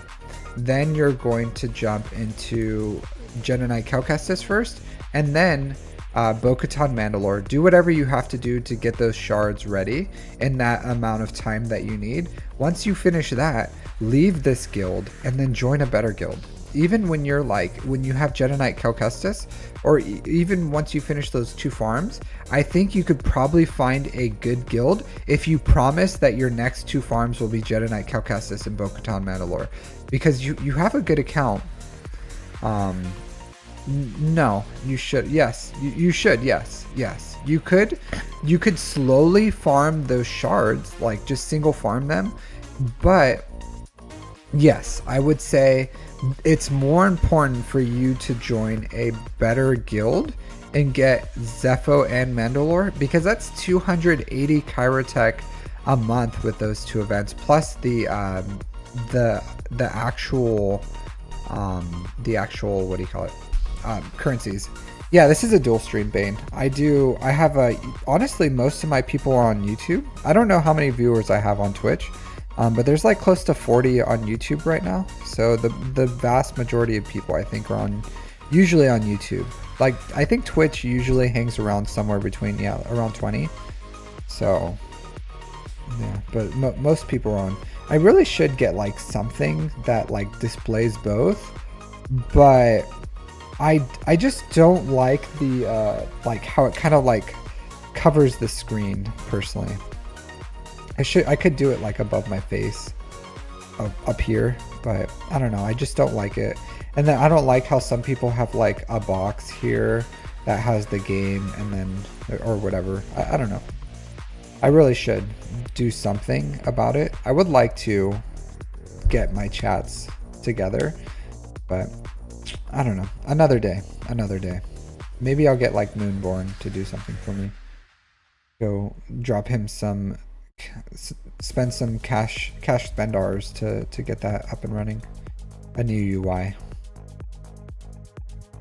All right, so yeah, that's what I would do. But you're like nowhere near ready, because if you had these guys at like 7 stars, right, Creep Show, and you're like, well, should I focus on this assault battle? I'd have been like, yeah, go ahead, knock it out. But you have them at like 3 stars. They're unaccelerated. I think you have more than enough time to farm these stars, even if you were double farming them, to finish off Jedi Knight Cal Kestis and Bo-Katan Mandalore. So I would say that. I would do that. So finish your current farms, the Inquisitors, and honestly, a guild that you're looking to join isn't going to care about Inquisitors. Like, they're not going to care whatsoever. They're going to care about like, where's your Jedi Knight Cal Kestis, where's your Bo-Katan Mandalore. I think the fact that you're going to have the 3 GL fleets is going to be also a huge plus for a guild. So I think even once you have your Leviathan, I think you're in a pretty decent place. I think that's why I said go for Jedi Knight Cal Kestis and then Bo-Katan Mandalore, Creep Show. But I think once you have your Leviathan, you would probably be in a pretty good place to start looking for a different guild, I think. So that's what I would do. But like, your guild sounds selfish, like fittingly, right? Like, you're a selfish guy, you're in a selfish guild. Hey, it all fits. It all fits. It's all good, right? It's all gravy. You guys deserve each other.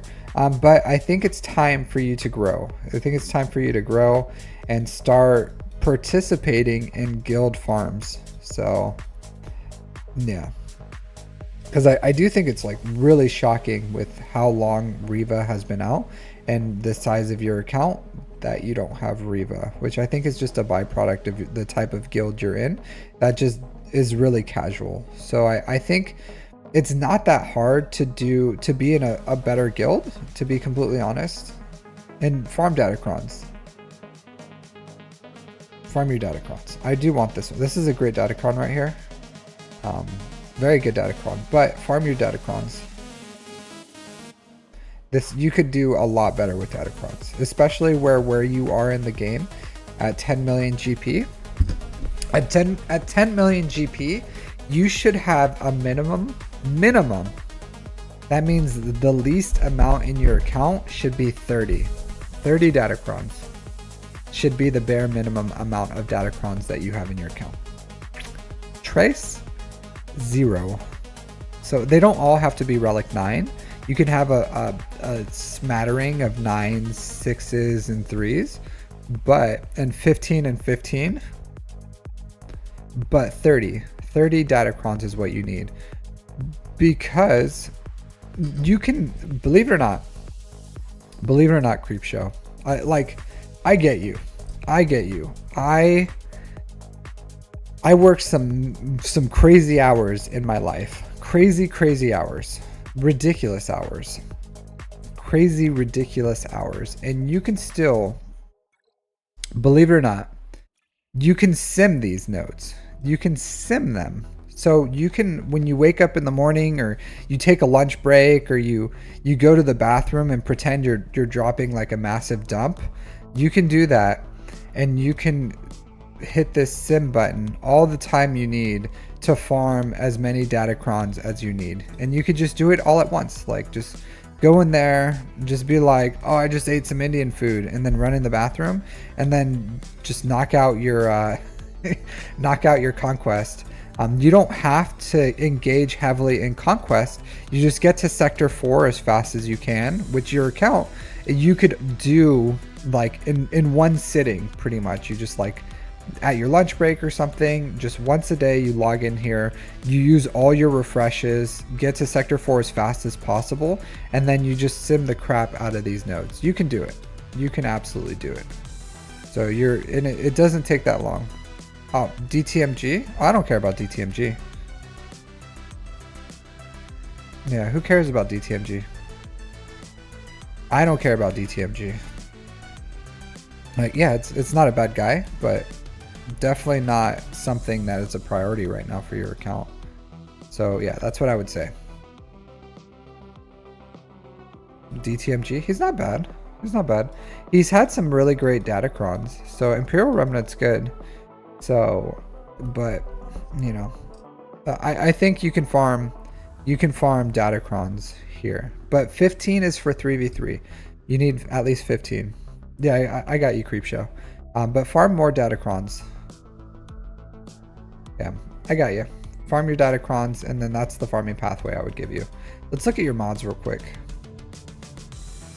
But I get it. Like my job is incredibly demanding with time and effort. So I get it. I like your JML mods. It's not bad.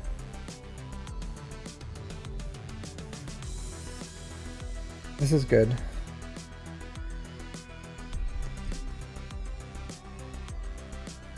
I'd like a little more health, or tenacity. I don't know what you have here. Health, defense, protection. Yeah, so I would change these. These aren't good. I would like put health here. Health primaries or tenacity primary here is fine too if you want to. But at least health, like protection isn't doing much for him. And he gains a lot of protection up, so you want him to have as much health as possible without sacrificing on like speed. That's not healthy, dude. What do you do? So I was a military recruiter. I worked some mean hours. These are like really good, decent speed for an offensive set, but I do prefer a speed set on him to be completely honest. And then you don't, yeah. This is like an old way. This is an old way of modding, so I would change that. You get sucker punched for a living. You need a job to get sucker punched for a living. Someone has to pay you money for that, Baroness. So, like, that's usually the requirement isn't is someone pays you to do something.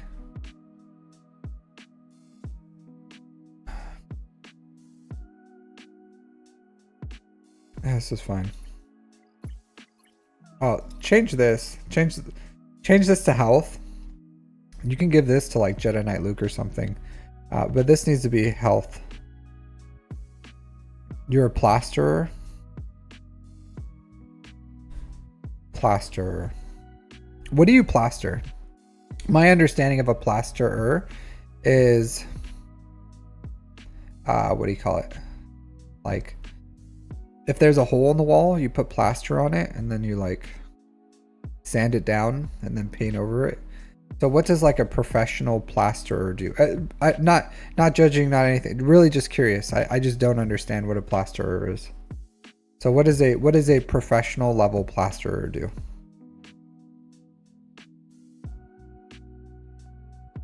Drywall? Oh, okay. Yeah, drywall. That makes sense. I'll say this. I am the least handy dude you'd ever meet. I am so not handy. I'm incredibly not handy. I'm sure you're really handy, like working in construction. You could probably like do a lot of stuff at home. But I like these hands, useless. Useless hands. The only thing these hands are good for, working mods. That's it. These hands, useless hands around the house. I guess I'll have to learn once I buy a house, but not necessary yet. Okay. So yeah, so you're the ones who like cut the drywall into sheets and then make it all flat and stuff. I got you. I've never heard of it called as a plasterer though. Handyman. I'm not very handy. I'm not. These hands are not very handy. Yeah. Good on you, dude. My body cannot handle that anymore. Ooh, change this. Change this. So your speed is almost good. I think if you had like a good one for the arrow, this, I don't know what's going on with this. I don't know what's going on with this, but I would change this to one that has like decent speed, because you can get close to 500 here. Very, very easy if you gave him like a decent arrow, but I would change that. I don't know what they call it. I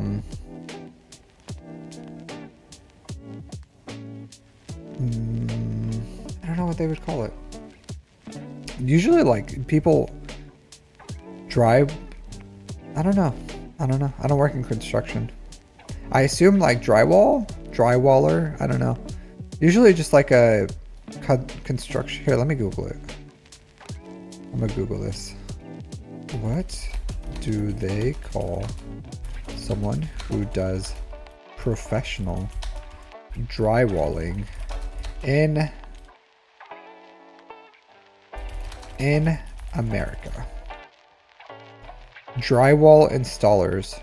They're also called drywallers or hangers. So yeah, that's the vernacular for drywallers. That's what I've heard them called, I guess. That's what I was thinking. In Australia.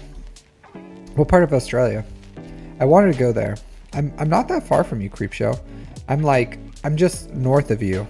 If you keep going north, like if you drive up north and then jumped on a boat and then rode that boat for like, I don't know, maybe like 12 hours or something. Depends on how fast it's going. Maybe you'd hit me in Okinawa. Mutter? I've never heard of a mutter. I've heard of, the only mutter I've heard is when people go run in the mud. They call them, what do they call them? 22-hour flight. Tasmanian. You're a Tasmanian devil? Look at you. I've always wanted to go visit Australia. We go a lot for my work, actually. My work goes to Australia all the time. Maybe I'll see you. Maybe I'll go out there. If I do, maybe I'll hit you up, Creep Show. But my work, we're always like doing things with the Australian military, so maybe I'll be in the area. Tasmania. I do. I've been wanting to go there. The problem is, and why I haven't been able to go there on my own time. Yeah, Tough Mudder. There you go. The problem why I haven't been able to go to 361, that's really fast. You have a faster Mara Jade than I do. I think you could probably take, man, you have a lightning fast Master Qui-Gon. So you have good mods on your non-GLs. 344. 3. This is why I tell people to farm Jabba. Like, you farm Jabba, you get good mods. hit puberty there for a second. Where am I from? Me? Are you talking to me? Bait? Why? You can't tell I'm from Japan? No, I'm from, I live in Okinawa, but I'm from California in the States. In the Americas is where I'm from. It's where I was born. I like offense here. So I like an offense and a health offense potency. I would change your mods on R2D2. I would give him like an offense set with health primaries to get him, because he shares the stats. Like, I don't think Leia really cares about potency. So I would change this, and I would change that. So I would put an offense set here. I would keep this one. And maybe these 3 have potential, and the rest I would change to offense with health primaries. So I'm in the US military. So I'm a Marine, a United States Marine. So I go where the military sends me. But my wife is Okinawan and we live in Okinawa. So I'm going to probably retire out here. Yeah. So you have good mods overall. I would change some things for your account, your mods. I would make him a little faster. You don't need Master Qui-Gon to be this fast. But I would maybe share some of that Qui-Gon love with some other characters. Speed up Drogon a little more. Maybe Radis too. I would change his mods, get him a lot more protection, some offense. I wouldn't do health for him, but yeah. Yeah, I would probably like if I had your account, I would probably remod it. But you know, you're probably busy, but if you get the chance, whenever you get the chance, I would do some remodding here. Reprioritization of your mods. Hey, Iron Thatcher. Happy Thanksgiving. Yeah, no problem. Well, I'm on the tail end of my career. So I've been in the Marines for going on almost 18 years now. So I'll be retiring soon, probably like 2.5-ish years. So yeah. But I would yeah, I would remod your account, to be honest. But those are the farming priorities. Those are the remodding I would do. I would work on your, I would find a new guild as soon as I would start looking for new guilds. Look for one that does what do you call it? Start looking for a guild that does Zepho and Mandalore decent TW participation. How old am I? I'm 35 years old. Bait. Yeah, I know. I generally my peer group looks a lot older, especially considering like the amount of damage we do on our body and stuff. So yeah, because I'm a master sergeant in the Marines, which is like generally pretty old. So if you look at my peer group, they just look like they're freaking ancient. So you're gonna have to go to Thailand in a few years. Thailand's nice. So yeah.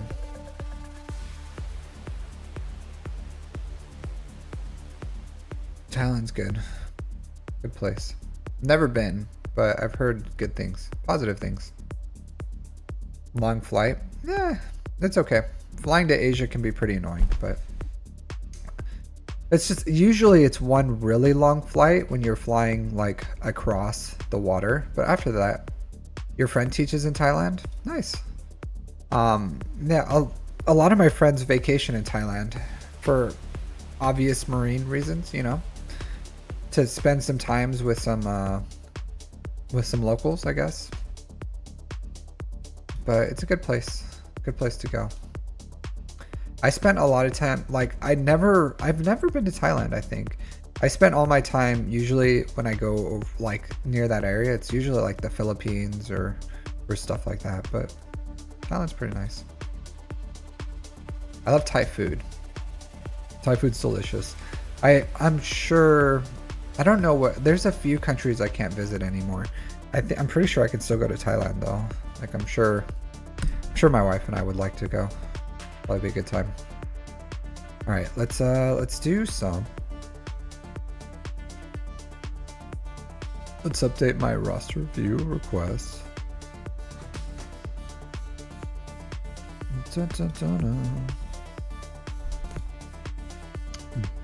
Betimoji. All right, here I have Amino.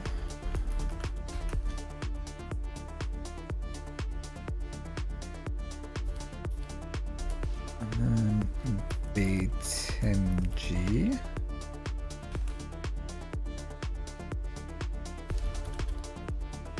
Okay, let's update my list, my wheel list, so I can spin the wheel. Where is it at? Wheel. Let's interact with this bad boy. Paste that in. The Last Jedi. I never memorized the names to all the Jedi movies, to be honest. When I had to do it with Nooch,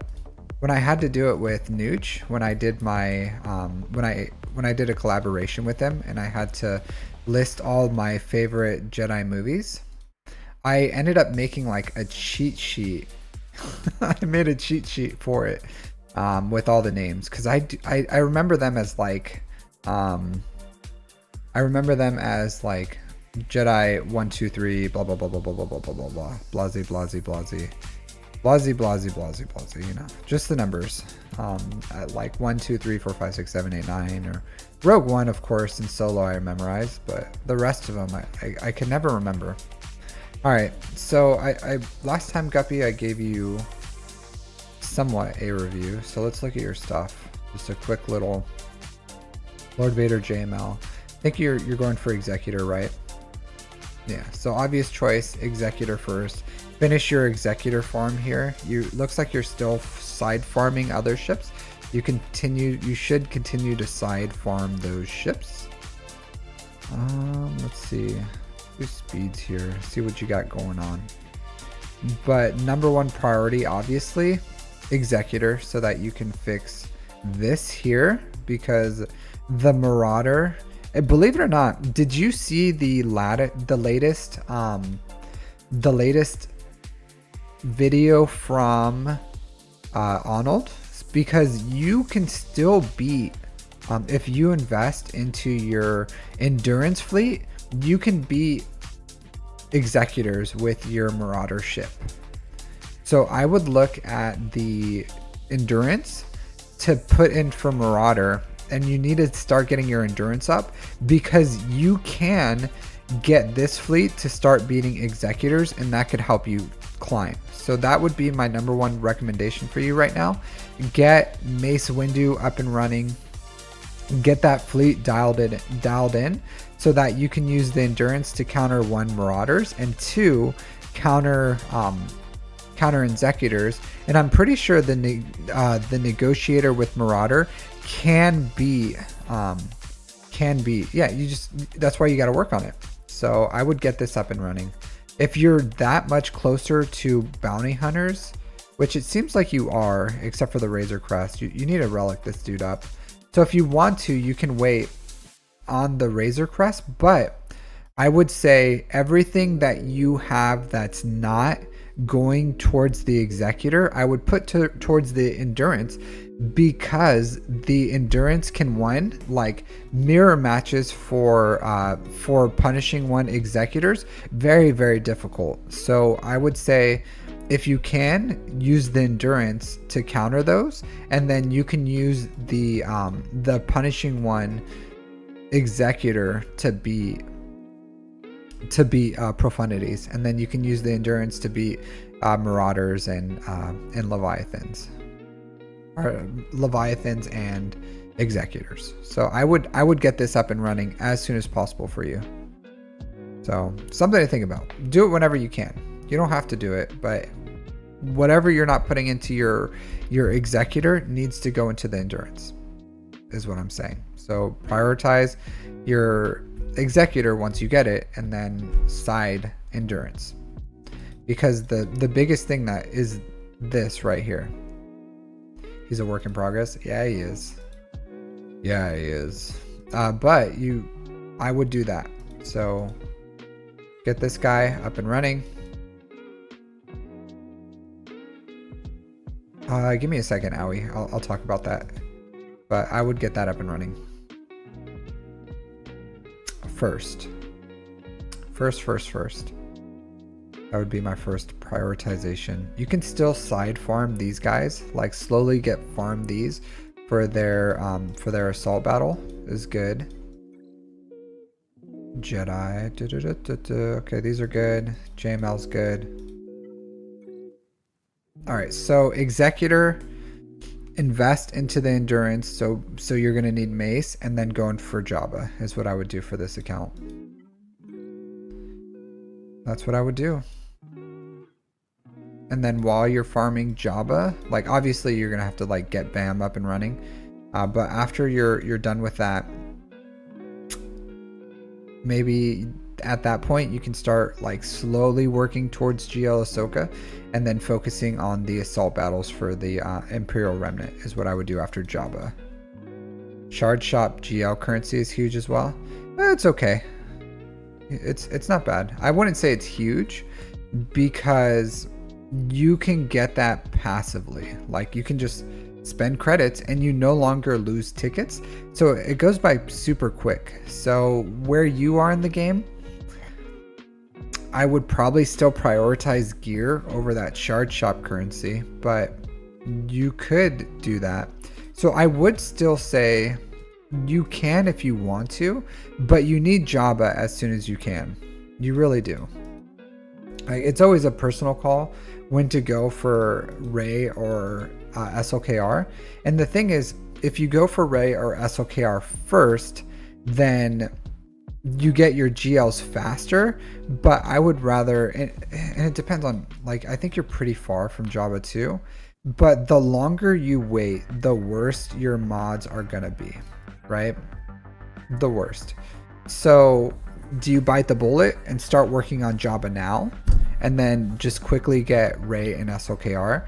Because that's what I said about people who farmed like JML or Lord Vader. So you would go like or Executor, SLKR, Rey. While good, you're still going to have an account that is not going to have the mod depth to be able to mod all your characters. So it's fine to slow down what you're doing so that you can build the best thing for your account, not whatever's closest.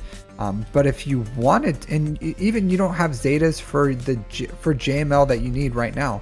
So if you farm SOKR and Ray back to back real quick, you're just gonna have 3 lackluster GLs without all their zetas with lukewarm mods. So you can do whatever you want. Farm your GLs if you want to. Like a GL is a GL is a GL. Even that first GLs we saw is still a GL, right? Like the dude was like, hey, it's still doing some work, and they do still do some work even with crappy mods because they're a GL.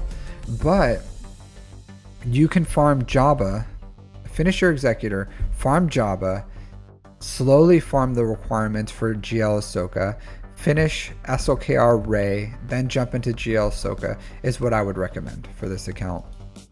And then once you finish GL Ahsoka, you're probably going to have to go like Jedi Knight Cal Kestis into Bo-Katan Mandalore for your guild income, to start getting some more income for Zepho and Mandalore is what I would recommend. So I would focus on those. So yeah, that's what I would do for this account. Something to think about. But you can, if you want to, like if you really want to, unlock SOKR, then Jabba, then do Ray on the back end if you really wanted to. But like I said, you're already lacking a ton of zetas, you know, like, but do whatever you want. It's your account. What I would do, besides the triangle, he's R7, so either way, he's gonna not good. This needs a little bit of work. I would take this one a lot higher, especially if you can get some more like potency and defense here. This has a ton of potential, so it needs to be worked more. This is okay. Honestly, I would try to hit this last hit of protection here if you can. So like hit it one more time, and then if you haven't calibrated it, calibrate it to try to hit protection. This is not good. This is not good. So I would put this on a pilot, right? And just get a speed arrow or something. Just put a speed arrow here with as much protection secondaries as you can get. But this is like straight garbage right here. So this is garbage. This is straight garbage. And even like here, let's talk about this, right? So you 6-dot this because you're like, hey, it's a GL. But if you didn't 6-dot this, it would still be at like 95% of its effectiveness because it's like 23.5% protection compared to 24. So you 6-dot this really crappy mod because it's a GL for 0.5% protection, which is negligible. So like this needs to go to a pilot or something. This needs to go to a pilot. This needs to be worked. I would slice this one time if you can. If you can't, that's fine. This needs to go on a pilot or someone else. And so like this needs to be changed, this needs to be changed, this needs to be changed, and this needs to be changed. These two are fine. So these 4 need to be reworked. These guys. So you can give these to General Kenobi. All these you can give to General Kenobi actually. Like this one, this one, this one. Perfectly fine General Kenobi mods. I wouldn't work on them anymore. But yeah, you can. Maybe I would slice this one time just in case. So I would slice this one time. One time. And if it hits speed here, then you can continue to work on it. But if it doesn't hit speed, then you just forget about it. Forget about it. Underrate Iden / Defender. Is that you, Owie? Is this you? Are you just like are you hitting me up on both YouTube and on Twitch? I'll get to Defender. Don't worry about it. We'll talk about it. Kia or Owie. I don't know.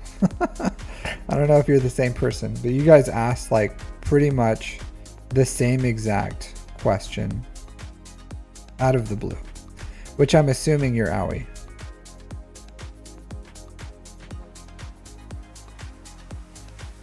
All right, so yeah, that's what I would do. And I would definitely change those mods. I personally prefer a crit damage triangle on Lord Vader, and then try to find a, like, if you can, which I don't think you have. Yeah. So I like a crit damage triangle, but then I would prefer like a protection primary here, but it doesn't look like you have that. This would be a good,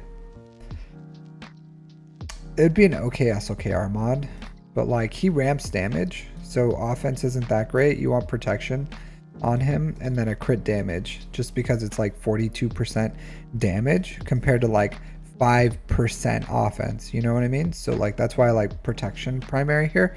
But if you have a protection primary, it really does need to be 25 plus speed on the arrows. So, and I don't think you have, that's a fantastic mod right here. I don't think you have that, so yeah. All right, so let's talk about Aiden real quick, because Aoi just wants to engage me in multiple places about Aiden. So Aiden is good. TIE Defender is good. Is it as important as it was? No, it's not. Why? Because it's no longer a Executor or a Leviathan counter. It's not. It's the Chimera. The Chimera is not that anymore. So when, like, is it still probably the best like 4th or 5th ship to build? Yeah, because you should build like Negotiator, Malevolence, Executor should be like your first 3 main fleets, and after that you can work on like Chimera if you wanted to get up and running. And then it's still a decent ship because the Chimera still counters things like still counters a lot of other things that are non-GL ships, like Negotiator with Marauder, which it's still a very good budget Negotiator counter. And then under Executrix, it can still counter Punishing One Executors. So it's still a good fleet and it's worth having, but its importance is a lot less now because it no longer counters Leviathan. So like it used to be like S tier, now it's like A. So still a very good ship. It's honestly, hey, Ounce of Gas, honestly it isn't as great anymore, but it's still very strong, and it's not very good for defense either. Like Malevolence just kind of like dunks on the Executrix or the Chimera, so, and any GL fleet would beat it. I'm doing well, how are you? So it lost a lot of its offensive viability, and it was never defensively viable anyways. So, and it's really secluded, so it's still good.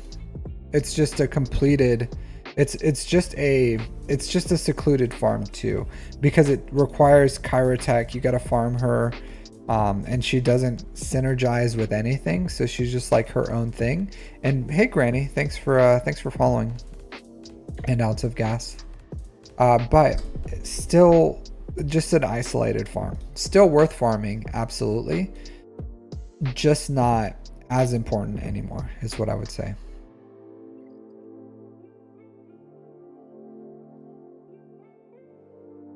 All right, let's just my opinion. So you can agree with me, you cannot agree with me, but I think it's okay. It's an okay farm, just not as good as it once was.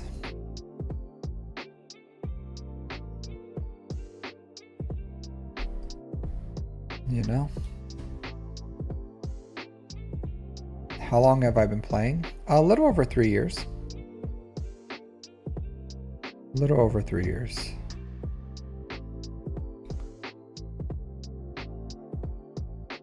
Aiden R5? Yeah, Aiden R5. I would have to look at the account to see when I would recommend it, but I haven't been recommending Aidens that much. Honestly, I wish people would start farming Leviathans more, but only when the fleet is ready. Yeah, I guess it depends on the roster and what you can do. Like, it's still a good ship. Like, it's still good. It's just the meta is in a weird place.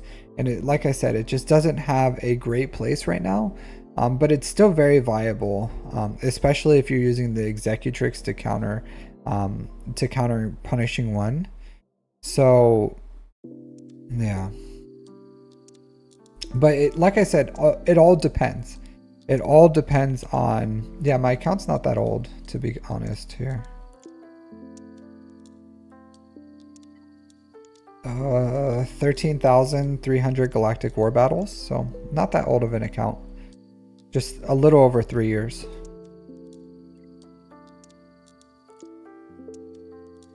Yeah, so Iden's very good. Like a very good, very good. It would depend, is what I'm saying. Because before I was just like, you need it right away. And it's such a good ship.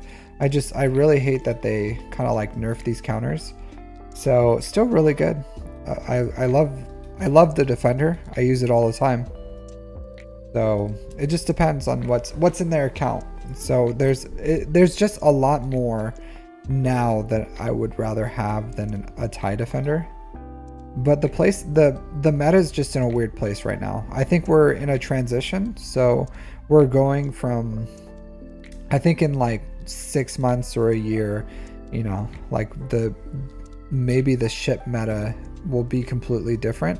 It's just right now the ship meta is in such a weird place with the Leviathan changes and them just like ruining every single off meta counter for Executor and Leviathan and really having some weirdness. So I don't know, we'll see. But I love TIE Defender. I think it's an amazing ship. Really do love this ship. I just wish they would stop nerfing all of its counters. Like it was a perfectly good Executor Leviathan counter, and it's no longer those things unless it's under the Executrix. So, but excellent farm. I like I said, just went from S to A tier in my opinion. We'll see, but I think you should farm what you need. And that's why I always tell people that when you lose Grand Arena, like try to have a lesson in there. And if the lesson was, if I needed a punishing one counter, one shot, and you don't have your Executrix counter, maybe it's time to invest in Empire. Or maybe you didn't have a counter for like a Marauder Negotiator, but you had a Chimera and you just didn't have a strong enough Empire fleet, then maybe it's time to farm it. So you just gotta find what it is that you need, you know. But I do miss that Leviathan counter. Even someone who like throws Leviathan on defense, I do miss it. All right, so let's spin this wheel, see who gets a free roster review.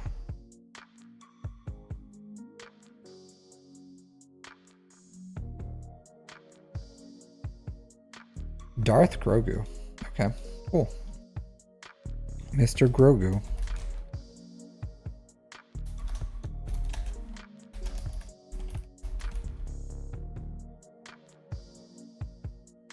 Let's see what you got. What you got cooking, Mr. Grogu? How do you sign up to spin for spin wheel? You will never get to spin my wheel. Only I spin the wheel. But to get on the wheel, you join my Discord. You join my Discord, and then Captain's roster reviews in number 2. You can sign up in here, and then I'll throw you on the wheel. If you don't get on it today, then you can. I will at you in here, like in my notifications. I'll send you like a message saying like, hey, you got chosen, and then your reviews are timestamped, and then you can click on the video and watch your review then. So yeah, but just right here, Captain's roster reviews number 2. Put in your request, and you can get on the wheel. All right, DarthGrogu. you down. So we got Grand Admiral Grogu. Looks like he had a change of career. A little change of career. Kind of went away from the Force and joined the Empire or something. So good for him. Peace is, I'm assuming, a lie. Kyber 4. 8.3 million GP, 4.8 in characters, 3.5 in ships. 11,000. There's no link to your Discord. It's in the description of the video. Especially, pretty sure it is. Like 99.99% certain. It's in, let's see here. 3.5 in. Yeah, it's right there. Here it is. Right here. Right there. Oh, you can't see it because my face. It's right here. Boom. So you just, here's me. Right there. On Twitch, you can type in !Discord and you can get in there. So if you, it's also like on the bottom of the screen or something. But there's the links. All right. All right. DarthGrogu. So a good amount of, are 2 years and some change, 2.5 years played. Not bad for 4 GLs. So we all know where we're going with this. Oh, okay, they're starting it. They're starting it. Good. So Jabba's on the way. So that's good. I would not have got JMK or JML before Jabba, and if this guy would have farmed Jabba first, they could have got the JML bundle. So all of you guys who listened to me and farmed Jabba first, congratulations on getting a free JML for money, you know, like free of in-game currency or effort and just a little bit of cash spend-ing. But yeah, good for you guys. But this guy's fixing the errors in his way. He has Executor, so he has Executor going for Jabba. But I like it. I like it a lot. For all you TIE Defender lovers, he has a TIE Defender at Relic 3, so a usable one. His Chimera is not relics, which is fine. Gets a lot of turn meter. Does not have the Scythe, but has a usable level for the TIE Interceptor, which is good.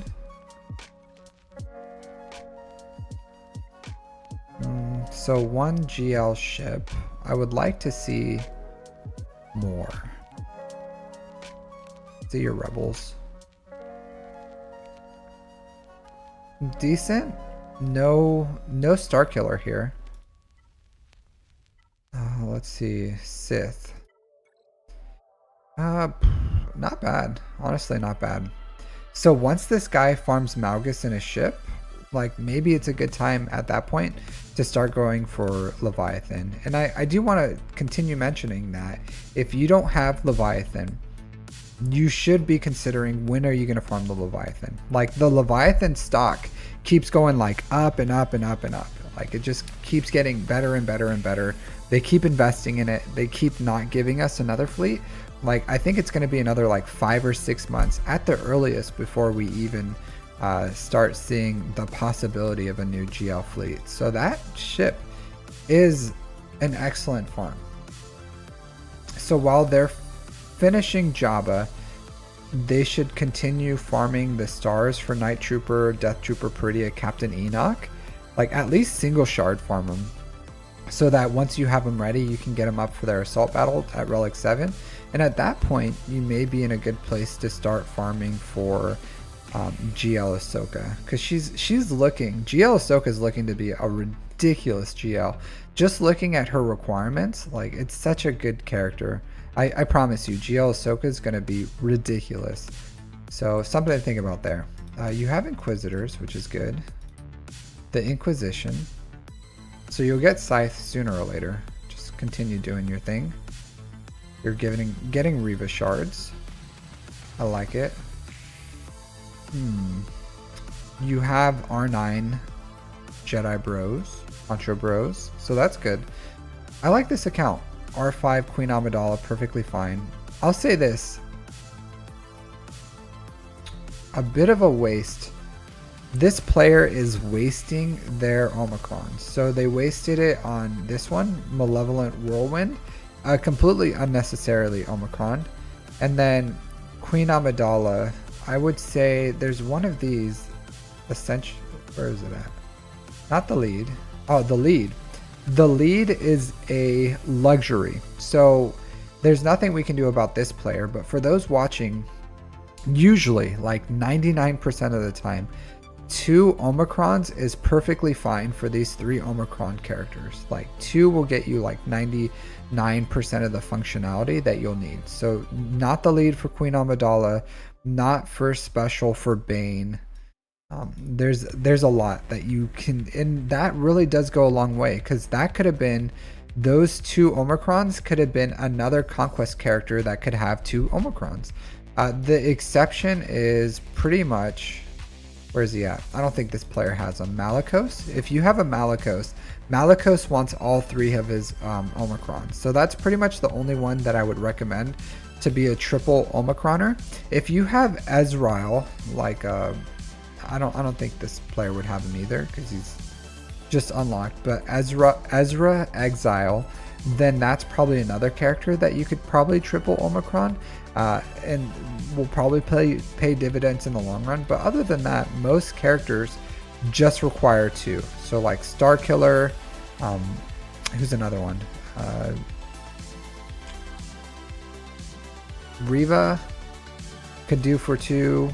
Like there's Jar Jar Binks, Bo-Katan Mandalore, like all these triple Omicron characters, just 2. 2 is fine. It's fine. If you don't know which 2 to do, then you can ask me in like my Ask Captain Amazing Discord, and I'll tell you which 2. But you can, DTMG and Trench, nah.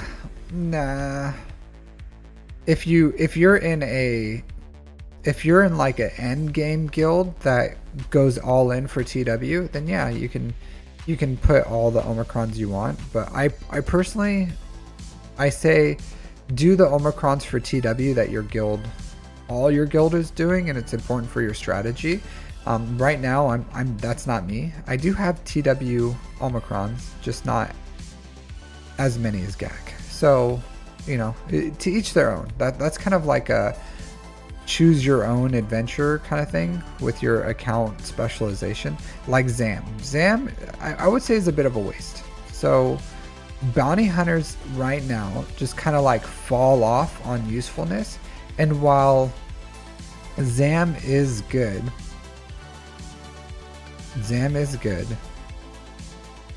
she's not necessary. So not necessary. Hey Nasty Balls, how's it going? I would say Zam is a luxury Omicron, and it does make some counters possible, like in 5s using it to counter like Rogue One or even bad Malguses or something. I would say a skip right now. I would not do a Zam Omicron personally, just because I have so many Omicrons that I'm behind, that I wouldn't waste it on Zam. Like I would rather do like Ezra or even TW, like important TW ones I would rather have than having the access to this one. So I just think there's so many Omicrons that we need that you shouldn't be wasting it on ones that are just like really falling off. Yes, Queen Amidala's special Omicron is worth it, and I'll tell you why. It shuts off a good amount of counters, because if you go if you try to use like bounty hunters or something to counter Queen Amidala, you can get around the taunt. But if you have I am Queen Amidala, she's increasing cooldowns, which can't be resisted every time she uses this, and that really does mess up the team, because now all you could do is basic into the decoy, and then the decoy is actually a lot of times pretty thick. So I would say, yeah, I am Queen Amidala is an important one. So I would go I am Queen Amidala, and then Loyal Bodyguard are necessary for Queen Amidala. Those 2. In my opinion, the lead, completely luxury. I don't do luxury Omicrons personally. I don't think we're in that world. Like this too, like I would say for young accounts, very, very small accounts, if you invested in the Jedi Bros and you're just hitting 4 million GP or something, then this Omicron can help you clear conquest, which is important, but not important right now. Oh, Jar Jar Binks. So I would still finish Jabba, and then I would get Jar Jar Binks up and running. So I would finish Jabba, then get Jar Jar Binks to relic, whatever relic you're 5, I guess. Maybe 7 if you want to, but at least relic 5. So I would do Jabba into Jar Jar Binks, and then while slowly working on the Imperial Remnants shard farm, and then do Jedi Knight Cal Kestis, Mandalore, Bo-Katan, or GL Ahsoka whenever you get access to that, is what I would do with this account. And then, you know, whenever you can, if you want to do Profundity or something like that, that's fine. So up to you guys, up to you on that one. But I would do that. Let's look at mods real quick. Fast JMK, 584. Looks like not a lot of health here. Just fine. Damage is fine. So this is fine. I don't really care too much about his mods as long as he has like the right set and decent speed. He's gonna do everything you need. So this is a perfectly great JMK. Yeah, this is good. It's a good SLKR. JML. This is really fast, 560. So this is good. He's relic 8. So, and it sucks because a relic 8 JML is just as good as a relic 7 JML. So if this guy wanted his JML to be better, he's pretty much going to have to R9 that JML, and that's it. And I don't even recommend R9ing JML right now. So this guy's mods are good. Good mods. I could only imagine what this guy's mods would be like if he had... Wow, that's really fast. 329 with a crit damage, crit chance set. It's blazing fast. I do like potency here. But either way, like, good mods. I'm sure this guy does everything he needs it to do.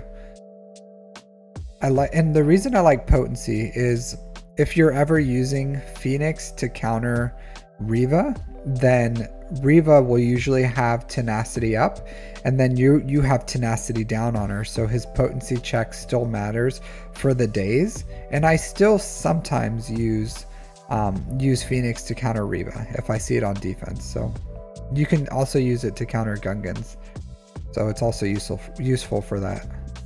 But decent mods, really decent mods. Okay, falls off a cliff pretty quickly, and I think that's the byproduct of not having Jabba is in the depth.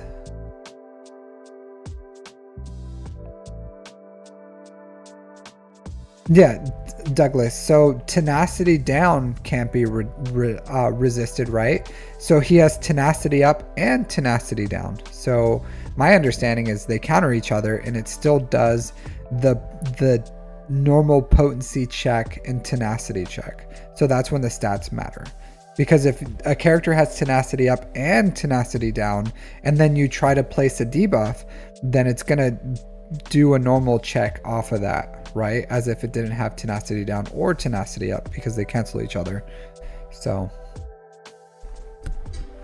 I still like tenacity or potency on Captain Rex for that reason.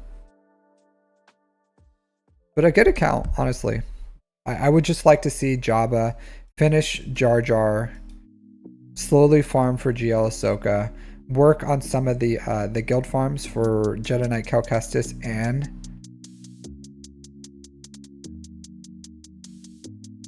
so Douglas, that's not true. I'm pretty sure that's not true. Like tenacity down and tenacity up, I'm pretty sure tenacity down does not completely overwhelm it.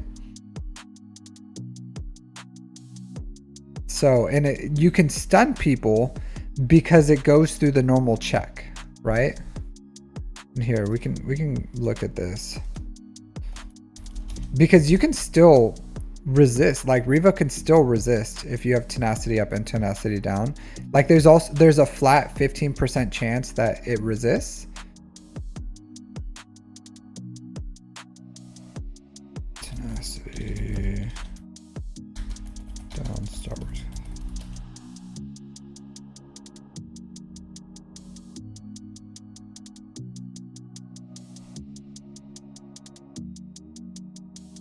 All right, and then tenacity up. Star Wars Galaxy.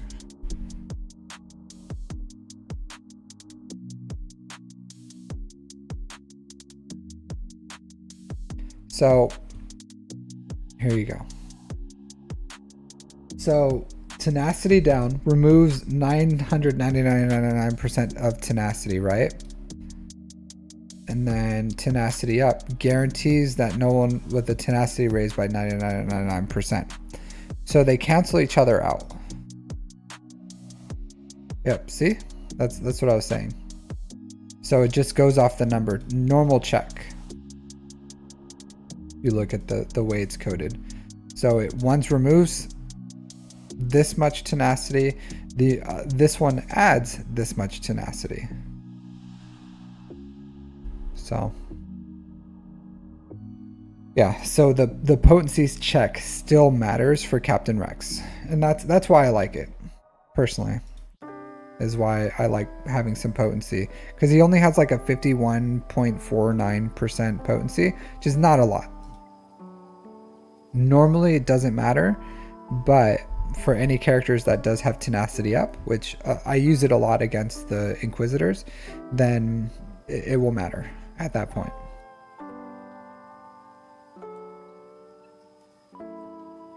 And then, you know, should probably farm a GL ship sometime. Not engaging as much in this No Mercy. No Mercy was a good set, so I would like to see more engagement into this one. Maybe like this is just the normal amount. They do about like 3 level 9s and then engage in a bunch of other ones, so they're probably getting these right now. But like I said, you need bare minimum, at least in this, like you want 30. If you're in Kyber, you want bare minimum 30 datacrons for 3v3. So yeah. Any tips on Wampa shards? Yeah, use your Mark II currency, ounce of gas. So you can farm Wampa with this currency, Mark II raid currency. I was not lucky enough to get Starkiller Kron yet, so I'm trying, but I only got the Mara Jade one, and I've been building only Ufu ones, pretty much taking them to higher relics, but did not get any. This is Old Republic. Mercenaries. I think I have a bunch of mercenaries. I need to farm some more level 3s, I think, and start from scratch. But I have not been. I've been trying to finish. What do you call it? I've been trying. Oh, most of these are like mercenaries, so I'll take them to level 6. If they hit mercenaries, I'll usually like move on.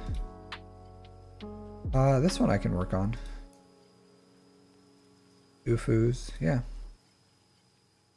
So work that one. Come on, Starkiller. Starkiller. Hey, there you go. Congratulations to me. All right, let's roll this one.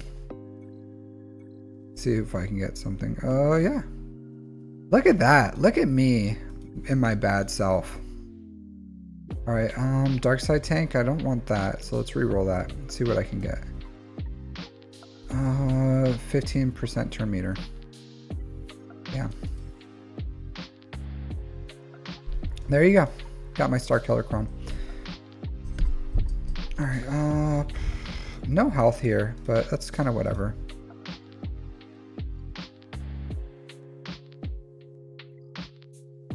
Yeah. just kind of happened, right? Yeah. Man, I worked these to death. Like this one's actually really good too. This one's perfect. I don't know. I did have a Malgus one that I wanted to work a little more. How often is the wheel updated? I update the wheel every single time I spin it. All right, and then the rest of these I'm probably gonna just take into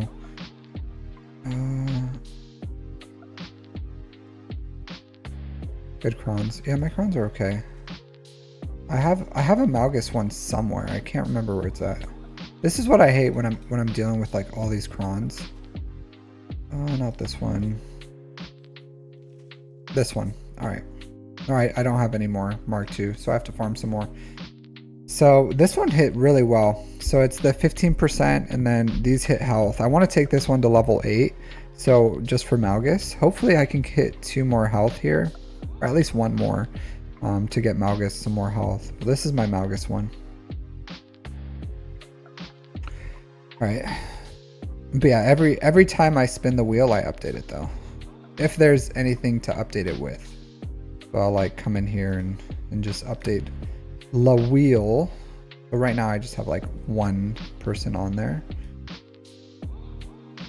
For dark previous. Oops. With 729 463 967.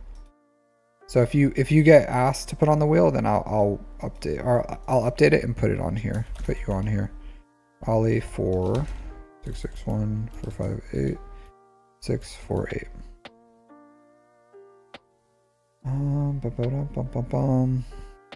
I have to remove this guy. So the list is kind of like a little big, but who did we just? Oh, DarthGrogu.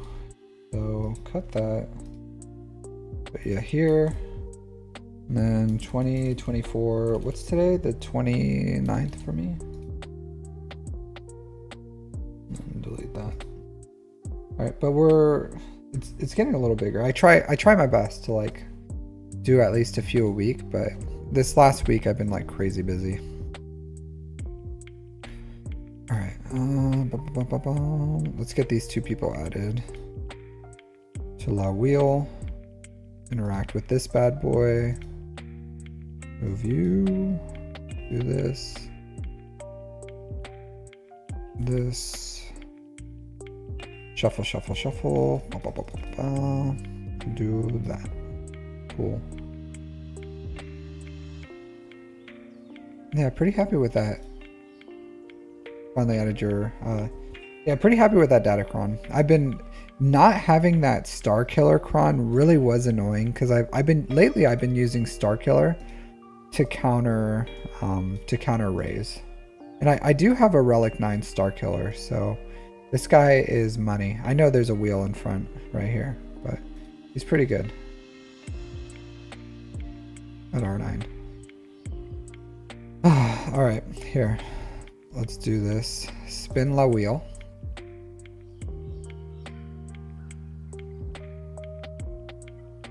Who do we got? C Maddie?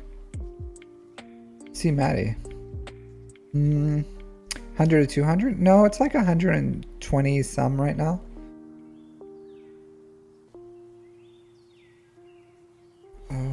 To 49.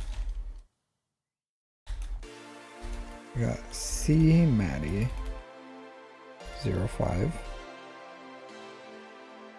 It's pretty funny too, because people will tell me like to ping them before I review them so that they can get on, but it's like, brother, if you're on the wheel, how am I supposed to know it's gonna land on you? You know, it's like random. La random. All right, so before I jump into C Maddie's, I'm just gonna take a quick little break and then for like 2 seconds and then we'll jump right back.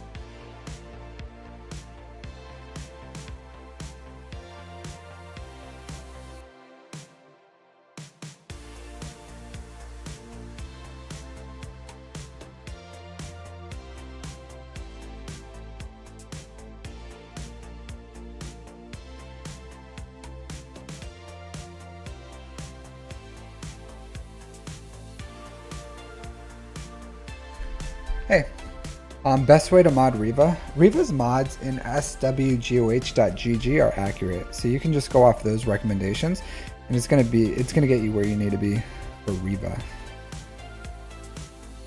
All right. Let's see this. Let's update these this time so he doesn't have to stand here and wait for my break. Say 252 for this guy. 252. Yeah. Okay.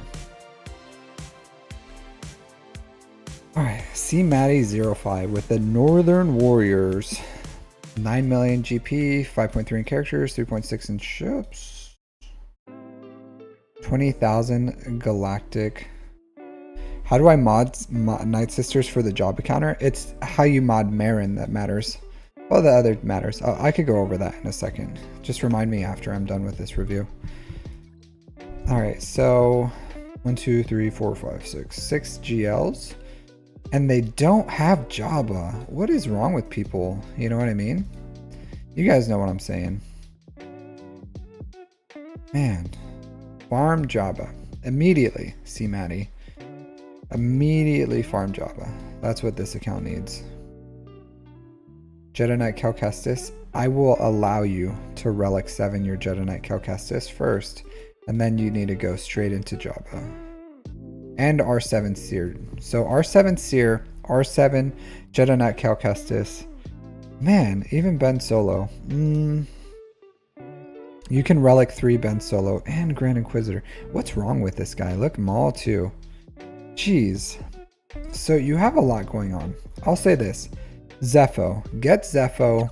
Unlock Jabba. Then you can go Ben Solo, Grand Inquisitor, Maul, whatever other side farms you're doing. You squirrel chaser, you. But like, you need to get those things done and stop doing this. Like this equipping gear on gear 12 characters. Like you have gear all equipped all over here. It's a waste. So don't do that. But Jabba needs to be your number one priorities, and it's probably going to be affected in your it's important, Rayrock, for mods, because you could have excellent mods, but as you can see here, like the 10 non-GL 300 plus speed characters, and this guy has been playing for 20,000 galactic war battles. So this guy has been playing for, God, geez, like 4 years and some change, a little more than that. Because mine's 3 years, so 13,000, 44, 17, 4 years and 4 years and like almost 5 years. So closer to 5. So 4.5 years time played. And they have 10 characters above 300 speed. 10.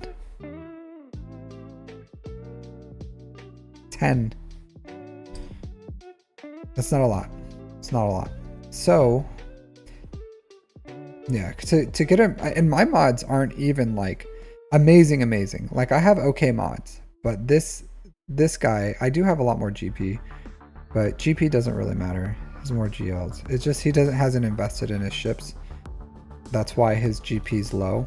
So you can tell when if someone has, 6 GLs and a lot less GP, it's because they didn't invest in their fleets. So this guy needs to finish Jabba and invest more in like side farm their fleets. This is like this guy is like my antithesis, everything I tell you to do, they do like the exact opposite of it. I'm like, farm your ships, farm Jabba, farm your mods. And this guy's like, nah, I'm not going to do all that. I'm not going to farm ships. I'm not going to farm Jabba. Okay, so they're going for GL Ahsoka, because why wouldn't they? Why wouldn't they? So Brother. Brother. Brother. This is a squirrel chaser over here. He's just squirrel, squirrel, squirrel. Just finish your farms, dude. Finish your farms. So many things.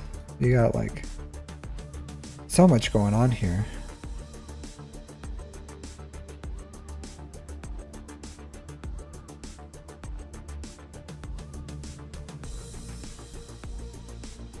I almost feel, honestly, like just closing this account and pretending I never saw it in my life. You know what I mean? Just like just hitting this home button and just like just moving on with my life as if I never saw it ever. Just pretend it doesn't exist. It just does not exist.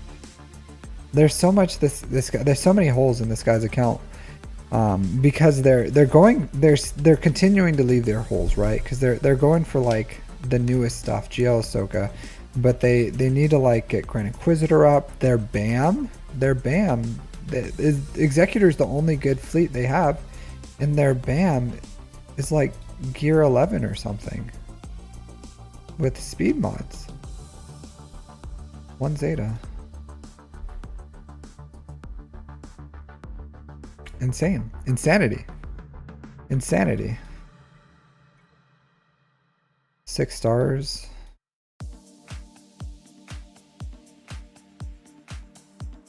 Oh.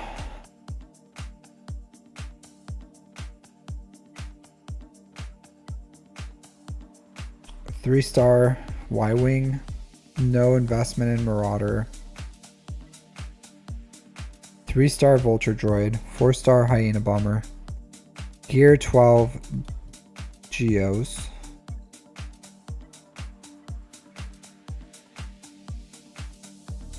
Low gear Iden. Gear 12 Scythe. 4-star Emperor's Shuttle. TIE Reaper is actually important now. At least at 5 stars.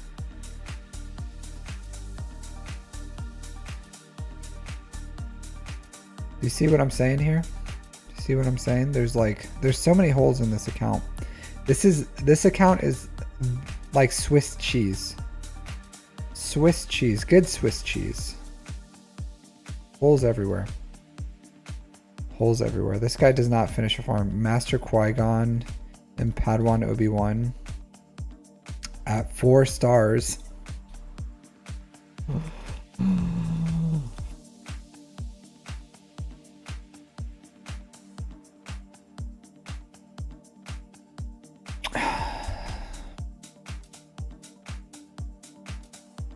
Relic 9 gas though.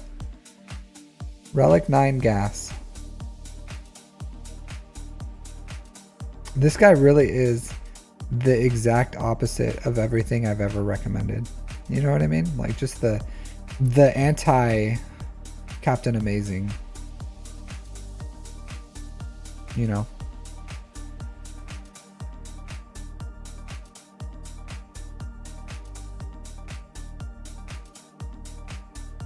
Yeah, well he's been playing for a long time, so he has a ton of Zeta material. Because the longer you play, the more Zetas you have. So the longer you played, the less Zetas are a bottleneck because you just get them passively. So I'll say this. There's a lot that this guy can do. So BAM, number 1. I don't even know where to go to fix this account, like to be completely honest, but I'll try my best. Number 1 priority, BAM. Beskar Mando, fix that. Number 2, Zepho. Jedi Knight Cal Kestis, Seer Junda, R7. Number 3, God, there's so many things that needs to be done on this account. You don't even have Fennec Shan, so you can't like start shard farming for Jabba. Shard farm for Jabba. Finish the Jedi Bros after BAM. You could also, while you're farming those, once you finish Zepho, you can go Padawan Obi-Wan, Master Qui-Gon, then go all in on the Imperial Remnant to R7 for these guys, for their assault battle at least. By that time, hopefully you have Jabba shard farmed. Go for Jabba. If you don't have Jabba shard farmed by that time, then you can finish Ben Solo.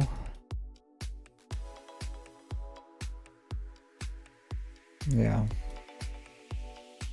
But finish the new, finish your existing farms, Executor, Zepho. And then, yeah. That's what I would say. That's probably the best advice I can give you. So start shoring up some of these things. Once you finish Jabba, you can probably go all in on GL Ahsoka. And at that point, once you finish GL Ahsoka, you should start probably working on finishing the investments that you have on here. So you can finish, like, if you want to, Grand Inquisitor, take him to like Relic 7, Maul. You should start getting Bo-Katan Mandalore here shortly. Would be good. Yeah. But this guy has like so much waste on here. So much waste. Wasted potential.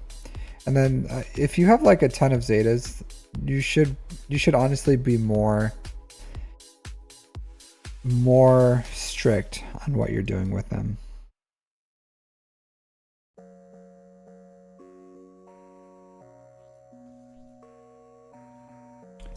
So crit chance, right? Crit chance on SLKR. I don't know a character who needs crit chance less than SLKR. Like, he has already, without any additional crit chance, right? He has like 120 some percent crit chance. Plus, he always has advantage, which gives him like another 100% crit chance, which gives him like 220% crit chance. So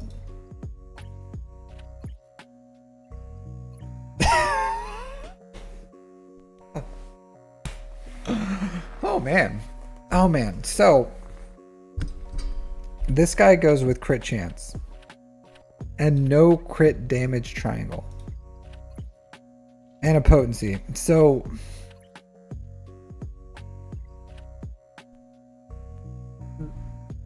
two things that I always say is a waste on SLKR. Two things: potency and crit chance. Like, he doesn't need any more potency.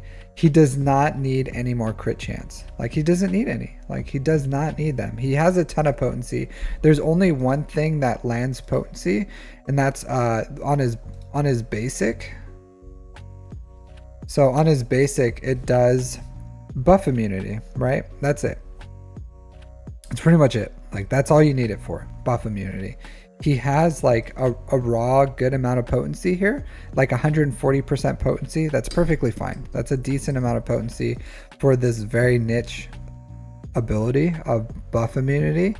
Like, it's not necessary. His stun stasis strike can't be resisted. So if they can be stunned, they will be stunned. And this is really important. Like, stun is important, but it can't be resisted.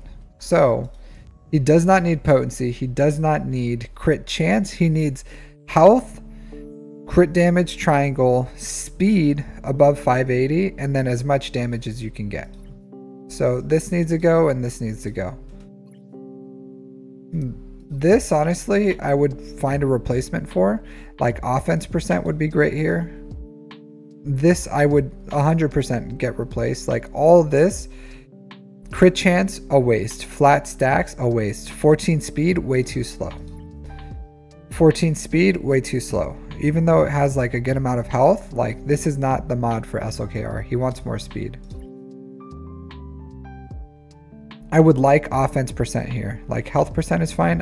He needs more offense. So like, literally every single one of these mods should be replaced. Literally every single one.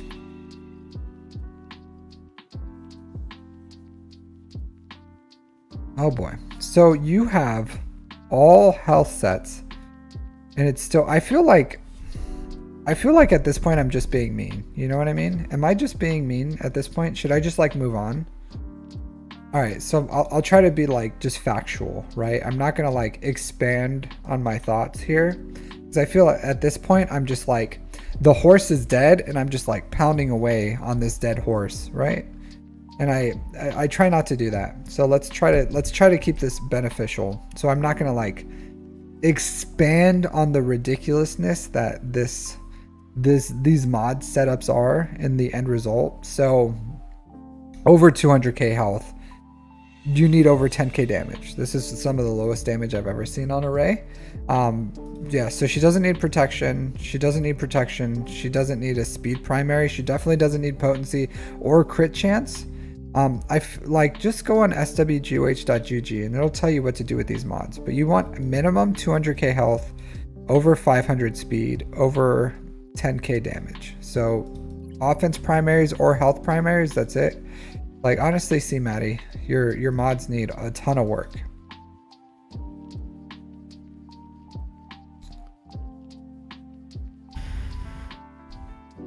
Really slow. You at least have a crit damage triangle here. I prefer survivability rather than crit chance on them. This is really bad. Your mods are just really bad, dude. You got really bad mods. It's not surprising because you don't have Jabba after all this time, but there's like bad mods and then there's mods like these. Just like exceptionally bad. Like just the worst, some of the worst 6-dot mods you've ever seen. So yeah, so these are some of the, I'm not going to like expand anymore on this, but this is some of the worst modding I've ever seen on GLs. Just like the worst. Your entire GL squad probably needs to be remodded. And I don't know if you have the depth to do it, to be completely honest. Maybe it's the best you can do right now, but please watch my mod guides on how to build mods. But these are like some exceptionally bad mods. I want to see what you said. I'm interested to see what C Maddie said in their thing. To be honest.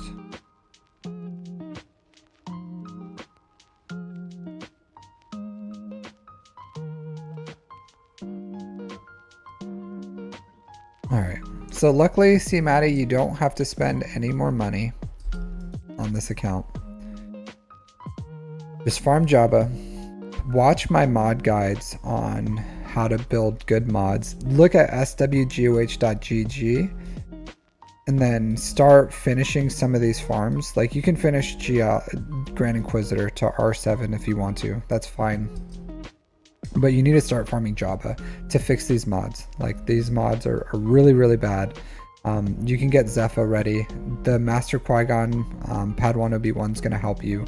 Ben Solo. So like fix all these things, fix your BAM, and then start fixing your mods.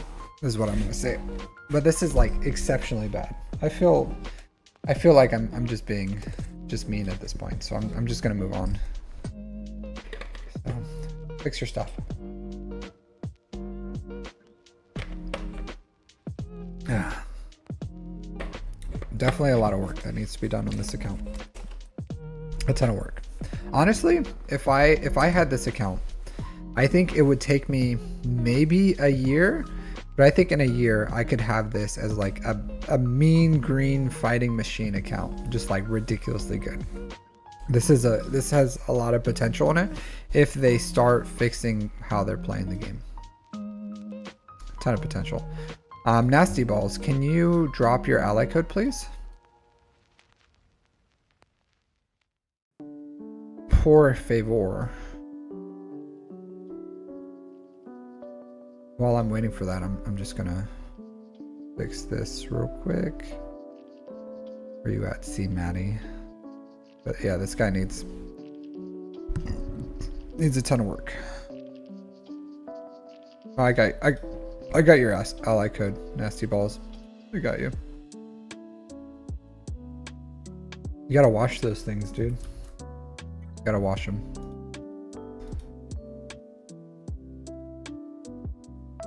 Do that.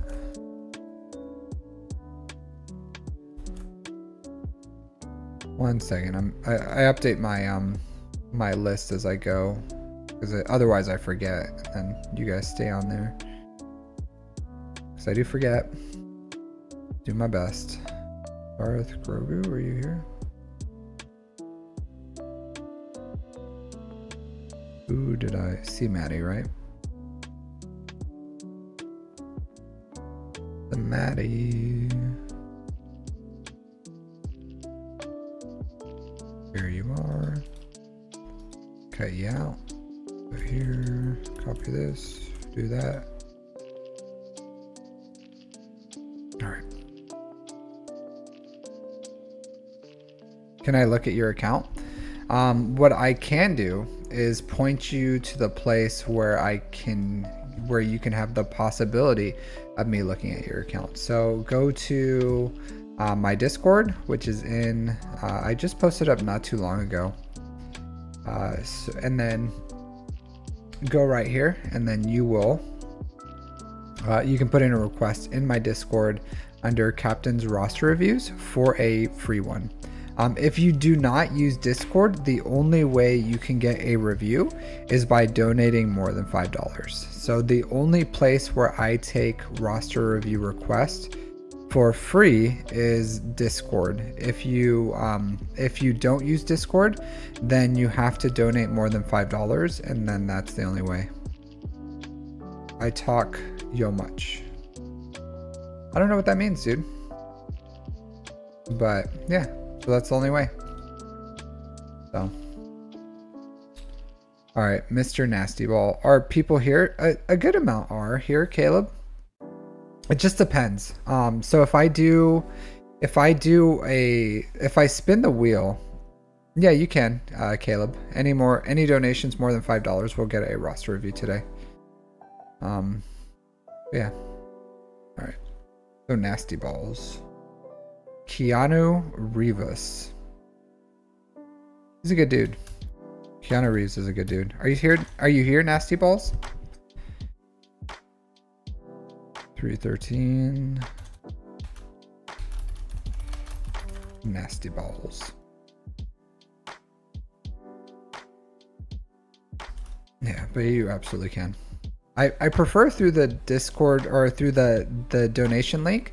But if you want to, you can do it whatever way you're comfortable with, like bits or through YouTube. But it's up to you. Did you want to jump in voice chat, Nasty Balls, or did you want me to just jump into your review right now? Up to you. Both is fine. Nasty.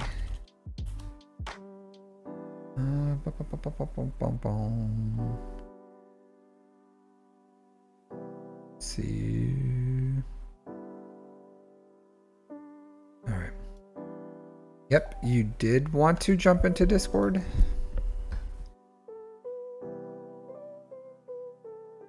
I'm at work, so you can't. Okay, no worries. All right, so what did you want? I got you, Caleb. If you can drop your ally code, Caleb, then I'll get you next. You can post it here, Caleb, is fine. Just make sure you put X's. But Nasty Balls, is there anything specifically you wanted me to look at? But 7.5 million GP, 4 million in characters, 3.3 in ships, 12,000 galactic war battles, so a little less than 3 years. The well-hunged horseman, like, I don't know, being called Nasty Balls and being in the well-hunged horseman, I think it's par for the course, right? Like, I think you're exactly where you need to be, Nasty Balls, as far as guilds go. I think you probably, the vibe fits. I think the vibe fits for you. How you doing, Durforce? Whether you're playing the game right. Well, you don't have Jabba, so that's a strike on not playing the game right? So let's see what you got here going on. Looks like you're working on Jabba right now. So if you're not working on, Happy Thanksgiving, Durforce. To celebrate, I may just like hit you in fleet, climb on you. You know what I mean? All right, so yeah. So I if you're not working on Jabba, you should be working on Jabba. Let's look at your bounty hunters. So you bought the bundle. So you have Fennec, you have Aura Sing. Thanks. Yeah, no problem. Any chance I get. No, I don't specifically target you. I just climb whatever it is easiest. Usually whoever's the highest I can climb on is how I climb. I try to keep it as minimum amount of attacks as possible, to be completely honest. All right. So yeah, Jabba should be your priority. You have the Lightspeed Bundle GL, so you have JML, Ray, SLKR. You have them at R8. Let's look at your ships real quick. You have Executor. Your fleets need some work, right? Working on the Fat Man, yes. Okay, that's good. Happy to see it. Let's see how your fleets are. So your Malevolence is good. So your Galactic Republic. Usable. It's at usable levels. First. Yeah, it changes. So climbs. TIE Reaper. Okay. Cool. So you have a good amount of like other farms you have done. It looks like you're still working on your MG100 Star Fortress, which is good. It's still a usable fleet, having the Radis up and running. First Order. This is in good order. Slowly working on your Executor farm. Look at your Empire. This is usable, believe it or not. This is decent levels. Continue. Whenever you get a chance, finish off this TIE Reaper and Emperor shuttle. Still decent ships. You'll want them, especially once you get the Leviathan. I would start farming your Sith ships. Get these guys up and running once you're done with whatever else you're doing. As far as like continue farming all these ships.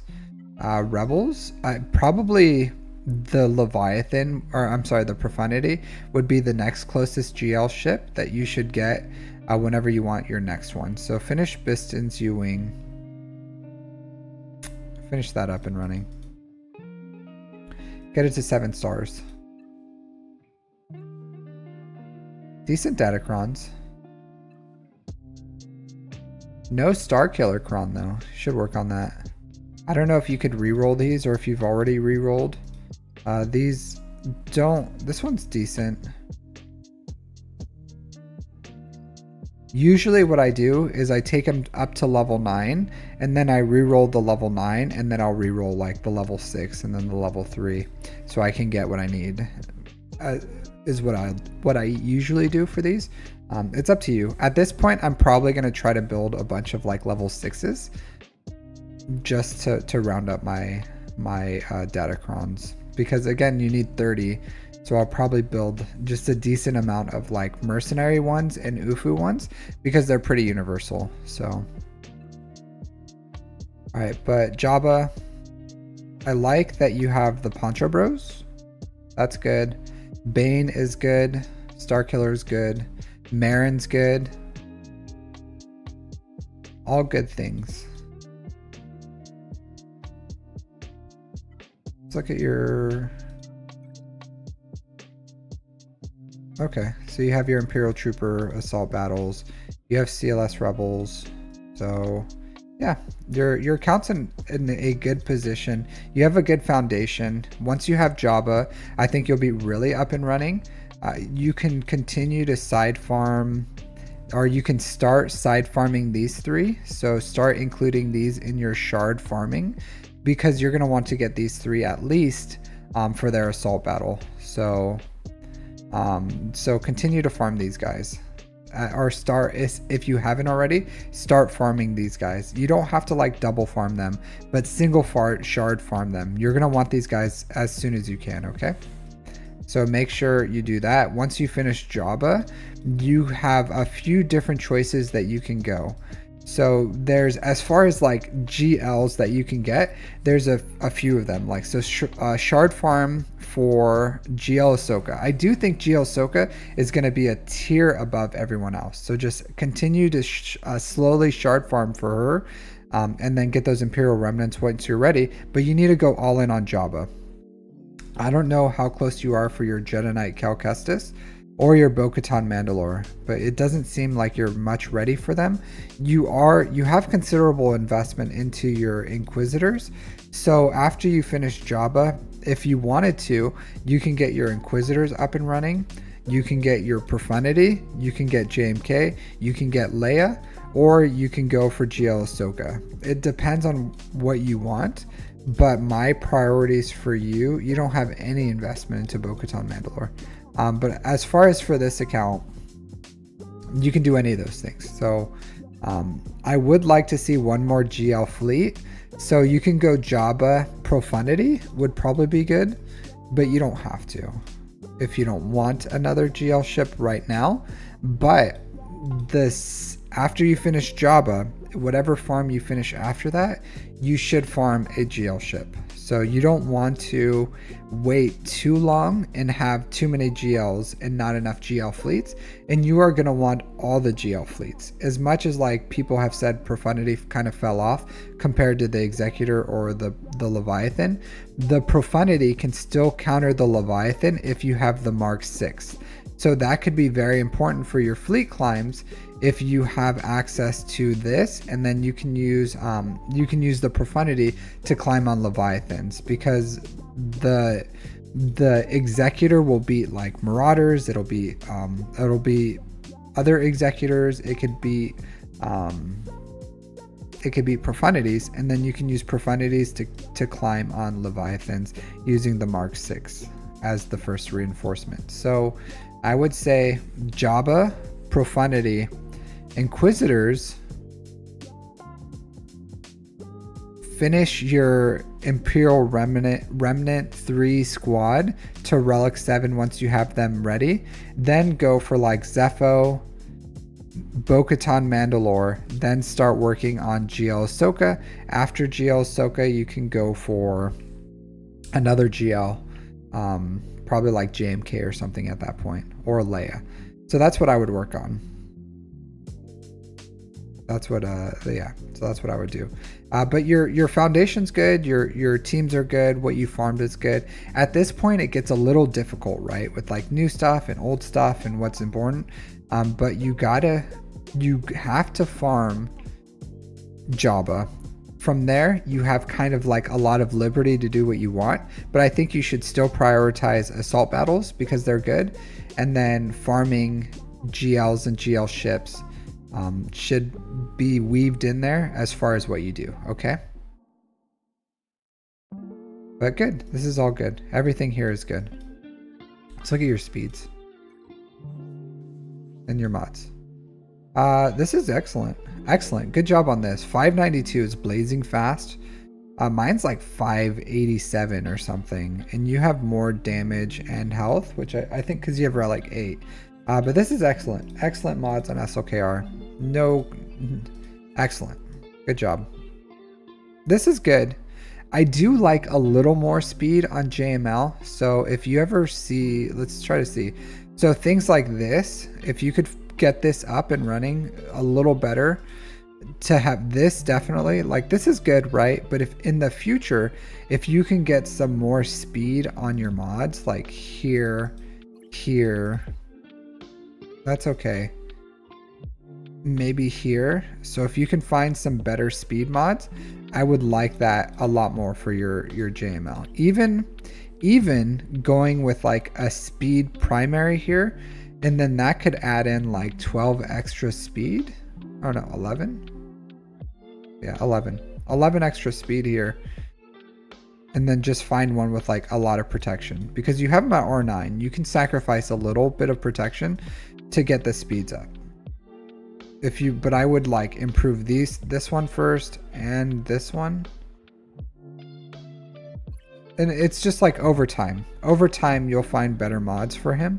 But if you could get this to like 25 plus, that would be good, or like improve these, because if you can get like 9 speed on here, 7, 8 speed on here, and then just like a few on here, that's where you start getting like 550 plus would be good.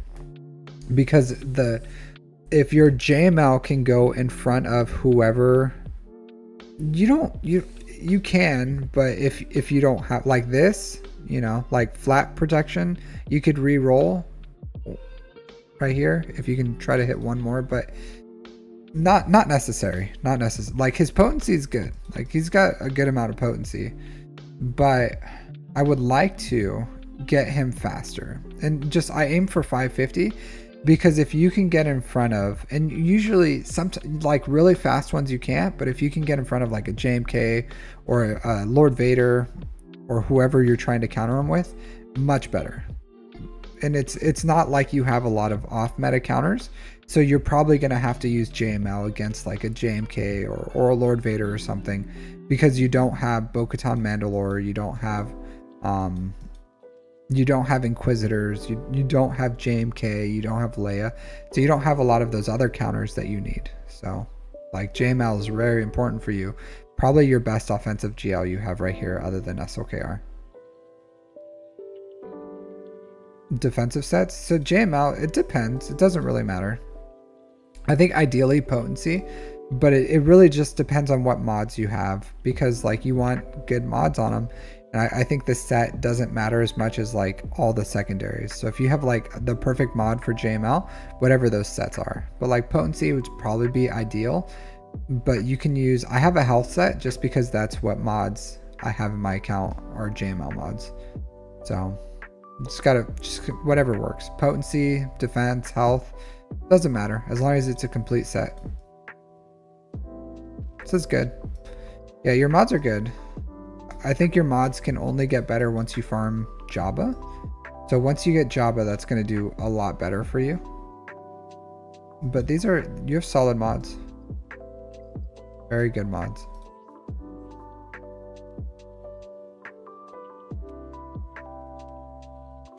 Any help?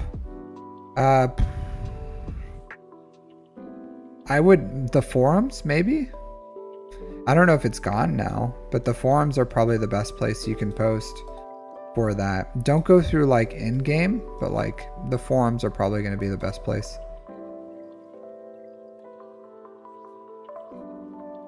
I would do it sooner rather than later.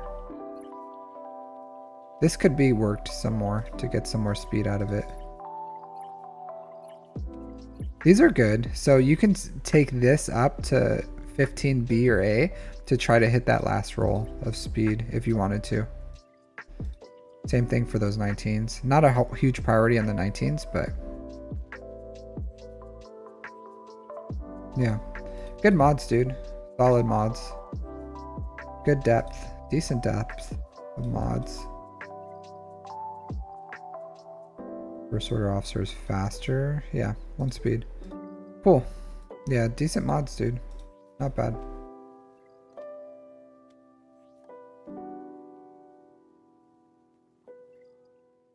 I like it. I like it a lot. So, yeah. I gave you my farming pathway. Decent mods. Continue to work on your ships. Farm every single ship in the game. Every single one to 7 stars. Except for like comeuppance. You can leave it at 5 stars is fine. But every other one, farm it. Get them all. They're like Pokemon. Alright, you gotta catch them all. Yeah. But that's what I would recommend. Decent mods though. Once you get Jabba, your mods are only gonna get better. So, good. You have a good account, Nasty Balls. Very good account. I would maybe change the mods for him to like, because he has really good mods, but I think you can give those mods to maybe someone else. I don't know. Let's see.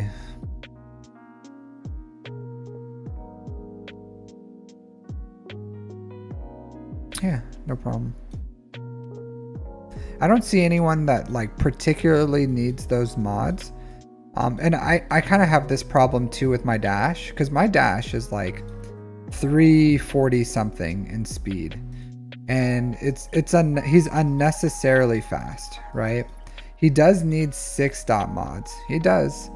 But in the future, if you see characters that are a better character and you're like, I would rather have 26 speed on that other character and they also have a 6 dot mod, feel free to like change them. You know what I mean? but I don't see anything that like screams like bush. I would rather have your bush faster. See how this, like I would rather have a faster bush than a faster dash. I don't see any mods here that you can really switch.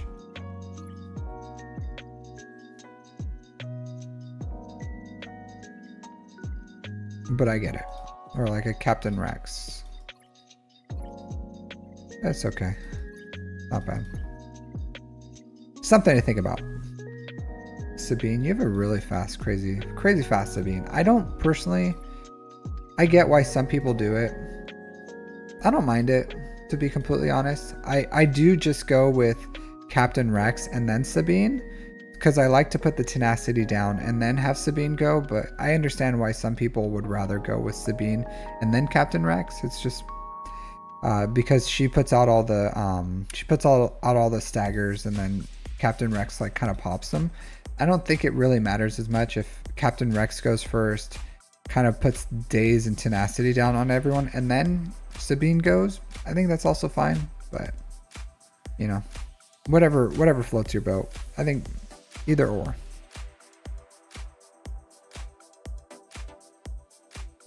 Yeah, a good account, dude. Very good. All right, next we have Caleb Swinger. There's a lot of Calebs in this, like, that just go by Caleb. I don't know why. Very popular name in Star Wars Galaxy of Heroes viewers. There's just like a ton of Calebs. I've never actually met a Caleb in real life either, but apparently in Star Wars Galaxy of Heroes, they're just everywhere. You can't like turn a corner without hitting a Caleb. There's nothing wrong with that, but there's just a lot of you guys. All right, so Caleb, like everyone else, I give you the option if you would like to talk in person or talk in Discord. You're more than welcome to join me in Discord. Otherwise,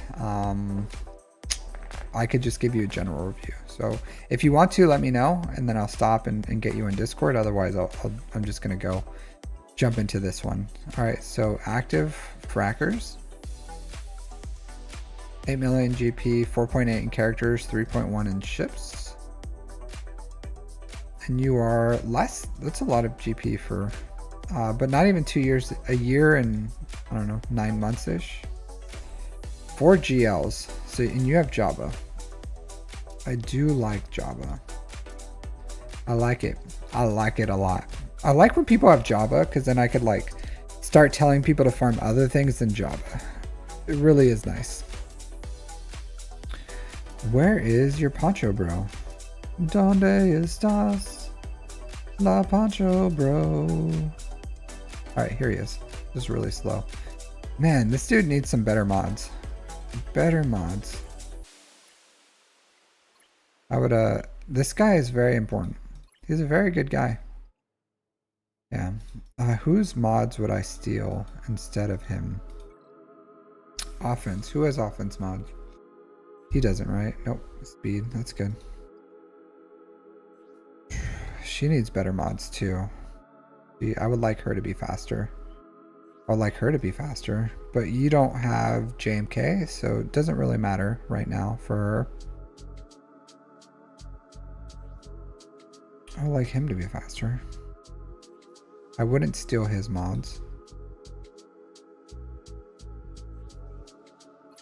Speed. Grandmaster Yoda likes offensive mods, so something to think about. He doesn't need speed mods. Alright. Gas. Gas is good. Alright, so you're just like hurting on mods, I think. Which is understandable, considering that you're 8 million GP and your account's less than 2 years old. Pimpo does all your modding. Isn't that like expensive? How much do you pay him to continually mod your account? Does he have like a subscription or something? Because his stuff is like, he's very good at what he does, but very expensive.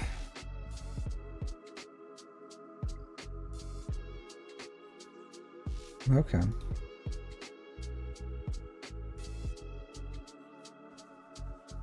Let's see.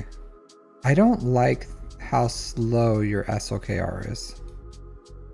Every 3 months. Man, that's expensive, dude. I would say this. You would be better off just learning. I don't like, you can learn it yourself, believe it or not. Like, especially since the majority of your account is modded, fine. But you could learn how to do it yourself, to be completely honest. Because it's not like your mods are, it's not like it's crazy to mod it, right? And I'm sure he charges an exceptional amount. I don't know if he gives you like a discount or something because you're like a return customer. Like this, I don't know. I don't know if I would have your Mara Jade so crazy fast compared to other stuff in your account. I don't know. Like, different prioritizations, right? Different priorities. Your account's good though. The modding's good. Like, I'm sure Pimpo knows what he's doing, but yeah, I don't know. I don't see anything crazy.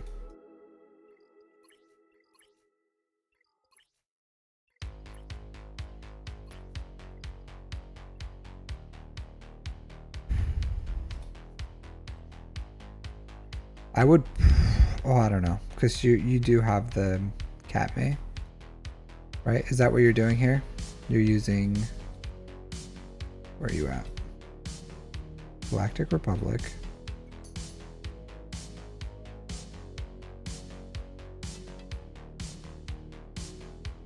Finn and Rex faster. I would say SOKR is more important than getting a really fast Finner, because this isn't even really fast. This is still crazy slow. None of these Rex mods are good enough for SOKR. I don't know where you would have taken SOKR mods, because none of these are suitable for SOKR. Finn's pretty slow too. None of these are suitable for SOKR.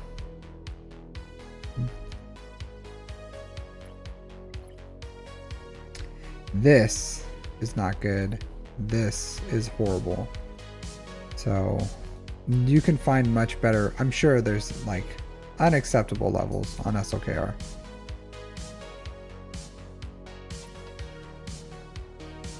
Unacceptable. Like Mara Jade. Yeah, these are the ones. You don't have a lot of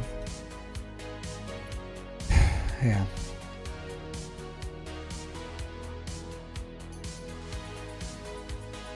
I don't see where he would have taken any of the mods for Rex or Finn, to be honest. Yeah, I'm not here to critique Pimpo. Like, the dude knows what he's doing, but I don't know. I think I would do things a little differently, but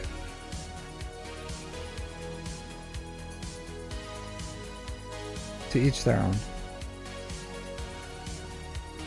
It looks like you're just missing out on good triangles and good crosses, which are honestly two of the highest variants of primaries that you can get. So it's not surprising that you wouldn't have them.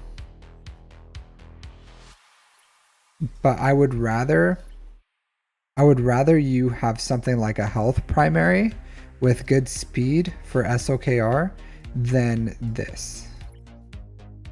You know what I mean?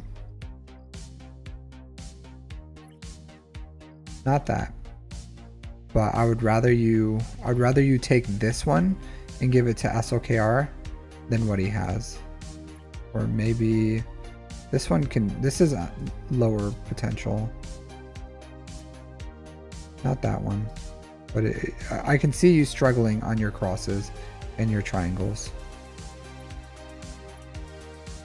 Just like, all of your mods.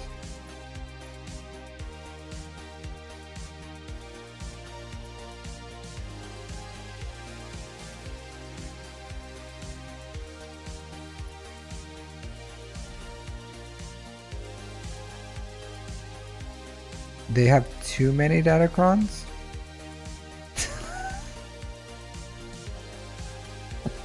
I've never heard that before.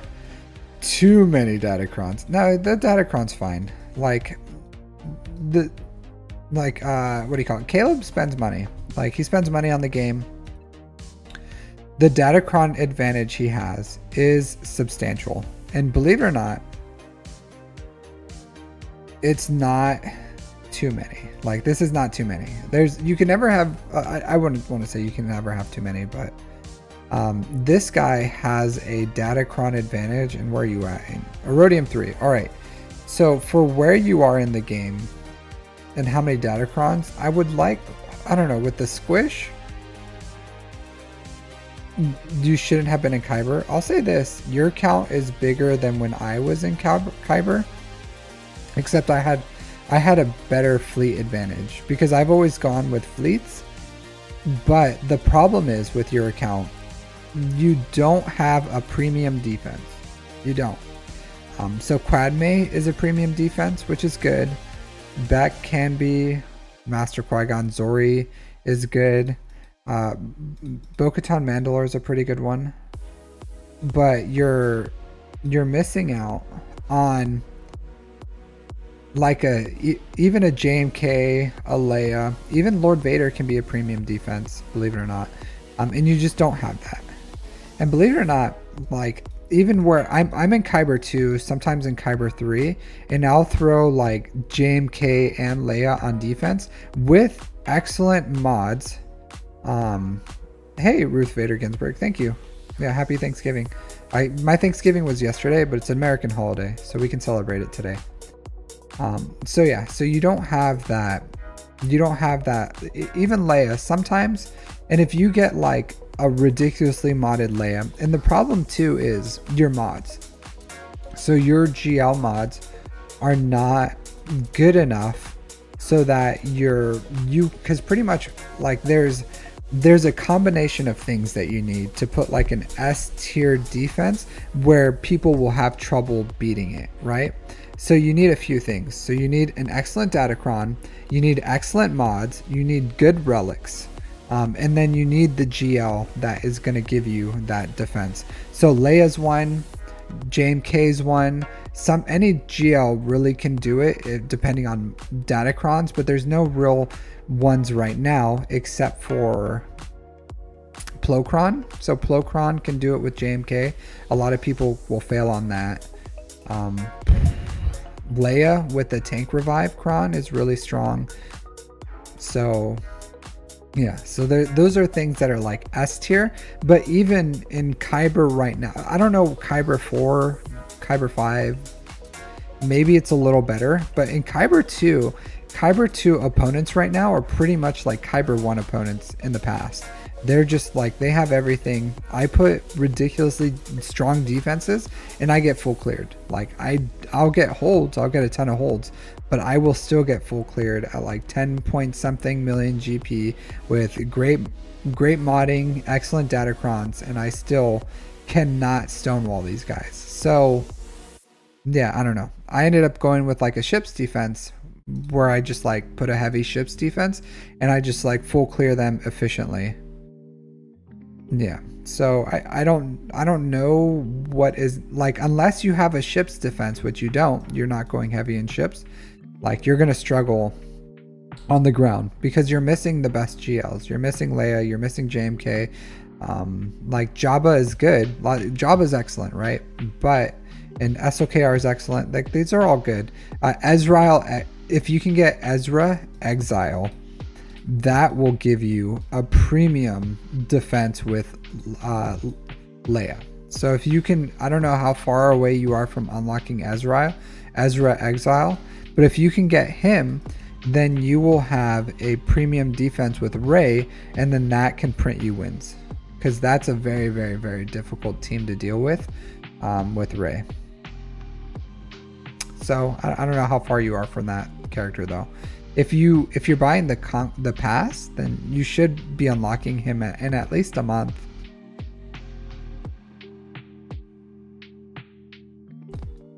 So hopefully you unlock him, and if you do, then I would get him up and running and with Ray, and that's going to help you out a ton.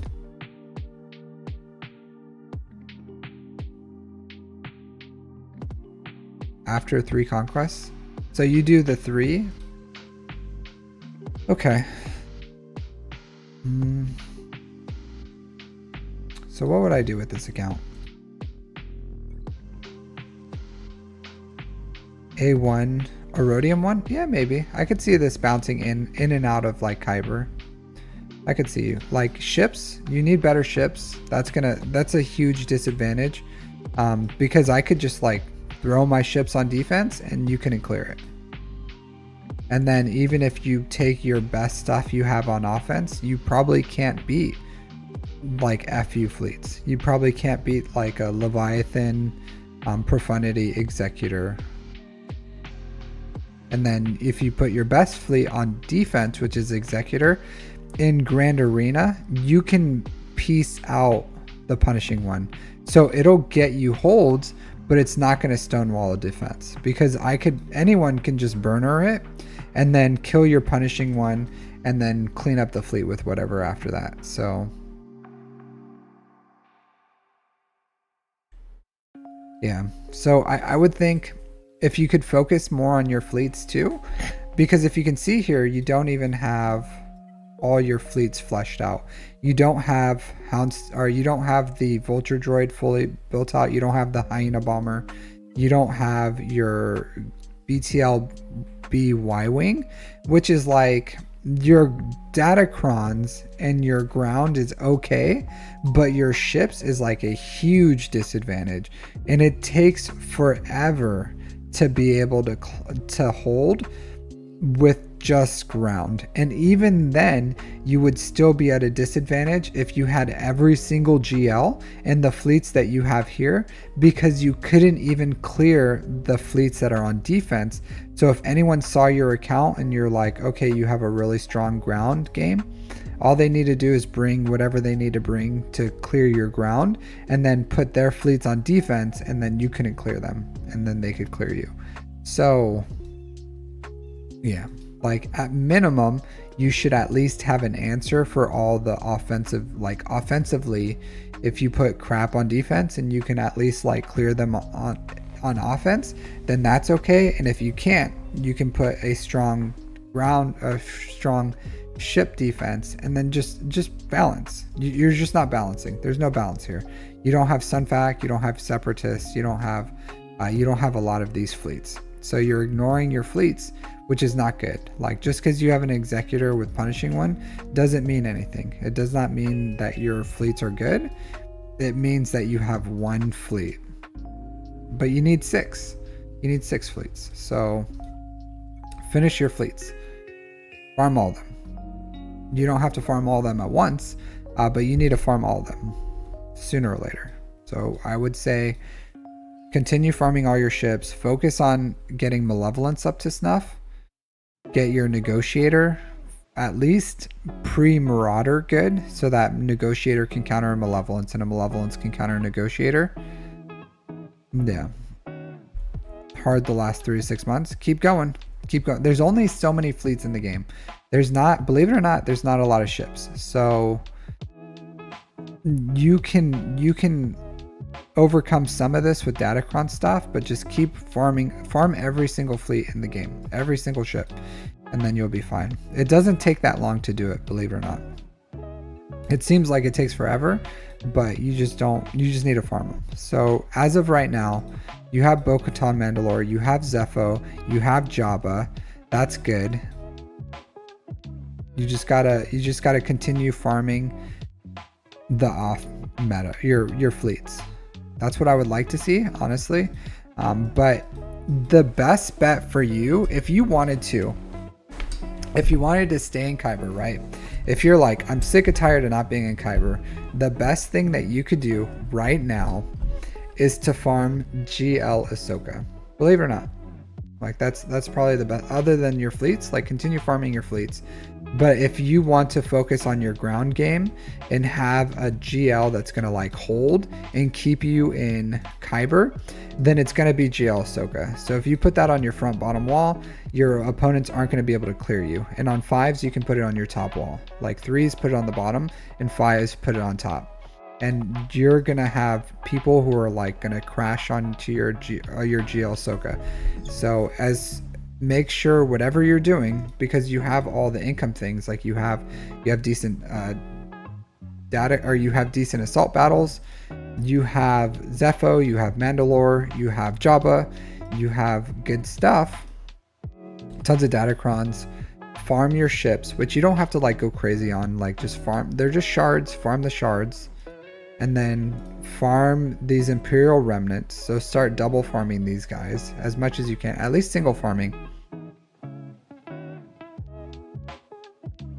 At least, yeah, farm them. I actually prefer light meat for turkeys because you can make turkey sandwiches. So turkey sandwiches are delicious. All right, but yeah, you got a 260. Yeah, your guild is atrocious. So I would find a new guild. So honestly, you at 8 million GP, even though you have 4 GLs, with having Bo-Katan Mandalore and Jedi Knight Cal Kestis, you could get into a guild that is doing Zepho and Mandalore, and that's going to give you tons of other resources. So you could do it. You're lacking in some things. So there's a few different ways, Jay. So for free reviews, you go into my Discord and you put in a request here in Captain's roster reviews. So that's the free way to get roster reviews, is through here. If you want to, you can use the donation link and then put in a request. Or use the donation link and donate more than $5, and that'll give you a review right away. But yeah, but I would change your guild, absolutely. Find one that is giving that does Zepho and Mandalore, and if you have because no one's gonna care about Inquisitors, honestly. Like no one cares. No one cares. If they're looking at Zepho and Mandalore, no one's gonna look at your Riva and be like, this guy doesn't have Inquisitors. Like no one cares. No one cares about that. Do you know who does care about this? Like guilds that are like mid-game guilds. Mid-game guilds care about Inquisitors. Late and end-game guilds care about like end-game guilds care about TW Omicrons, and then just having everything. But late-game guilds, which you can join, care about Zepho and Mandalore. So find a guild that's doing Zepho and Mandalore and join that. At least, like, you're probably not going to find a guild that's doing both unless you're in like the 500 plus million range. So for guilds, so find a guild. Yeah, mine's like 547. I am like 10 million GP, but we have smaller guys in here. I'm pretty sure some of these guys are not like the biggest in the world. That's 11. But there's some dudes in here that have smaller accounts. Somewhere in here. Yeah, like 9 million. They're not all huge. Good amount of them are. Like I'm somewhere in the middle, but there's still some dudes in here that are like tiny. Yeah, see? Like this little guy, 9 million GP. So you can find guilds, especially with being Zepho and Mandalore ready.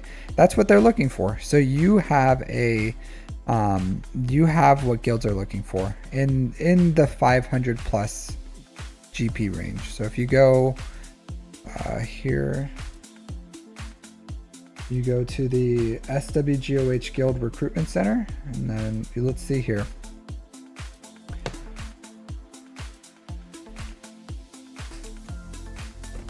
So they always say we're willing to work with like accounts that are focused, and your account is what would be considered focused. So yeah, so what you're looking for is Zepho ready and I don't see anything here that says Zepho or Mandalore ready.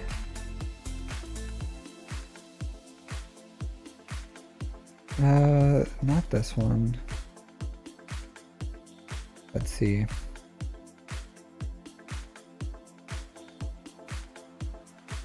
Like this one could do it, but I think you could do better. Yeah. But this one would still be ready. Zepho, and so this is their goals. Maybe 540, I don't know. Shoot your shot, you know what I mean? So it looks like 520s aren't going to be ready. Maybe 540s is what you need. So aim for ready, like they're ready.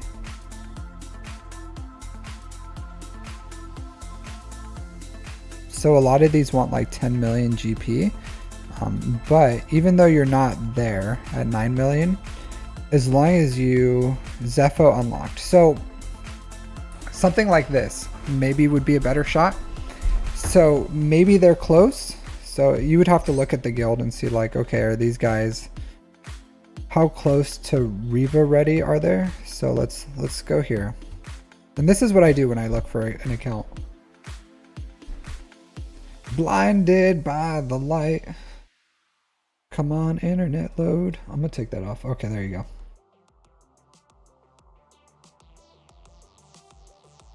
Look at this. So this is what I do when I look for a guild. This is exactly what I do. Come on, internet. Stop being so slow. How rude, right?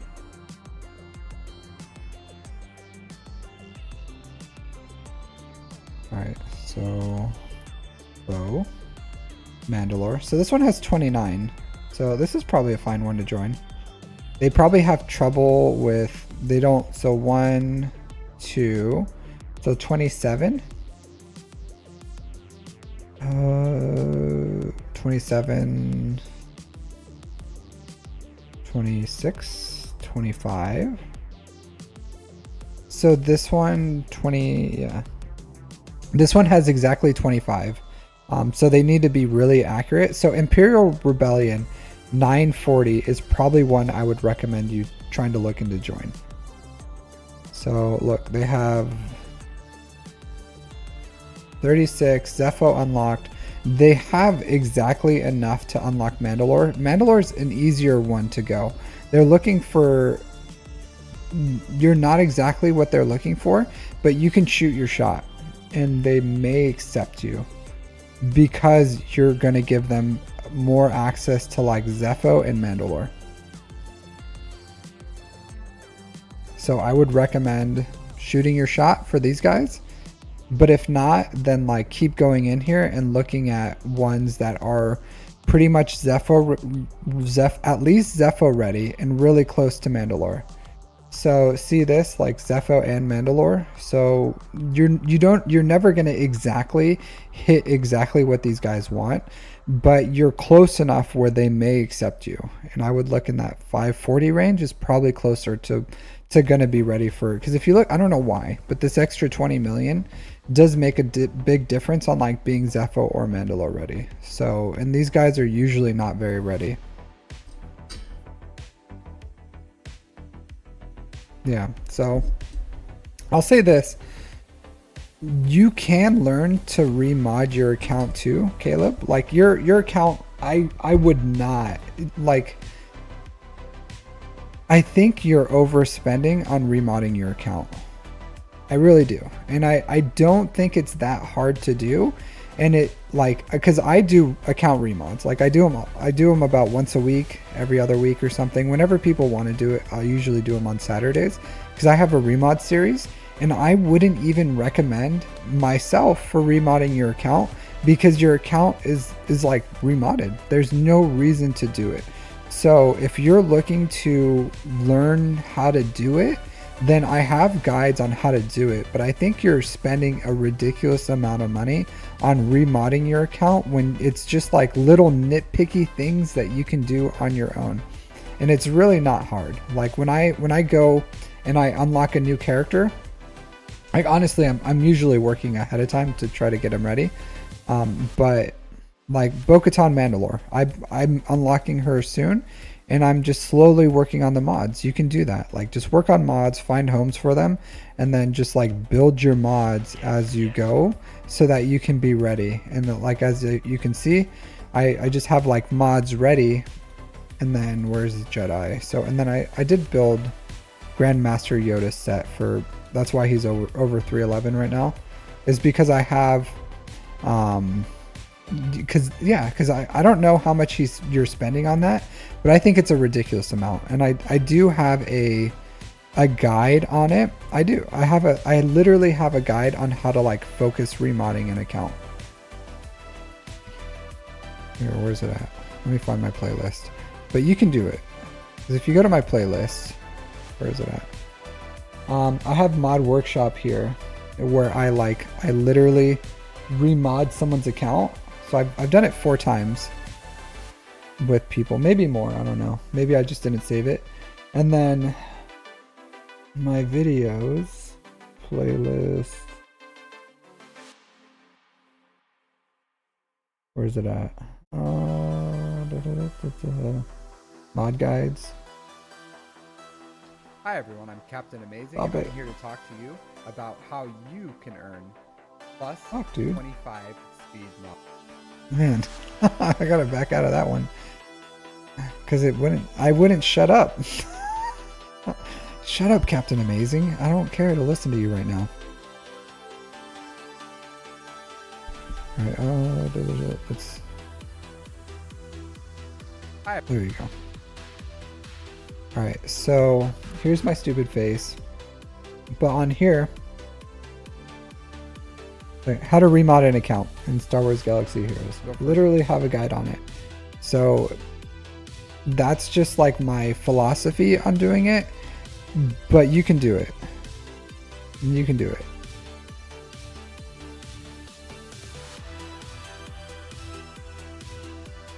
It's not hard, honestly. So, and especially since it's just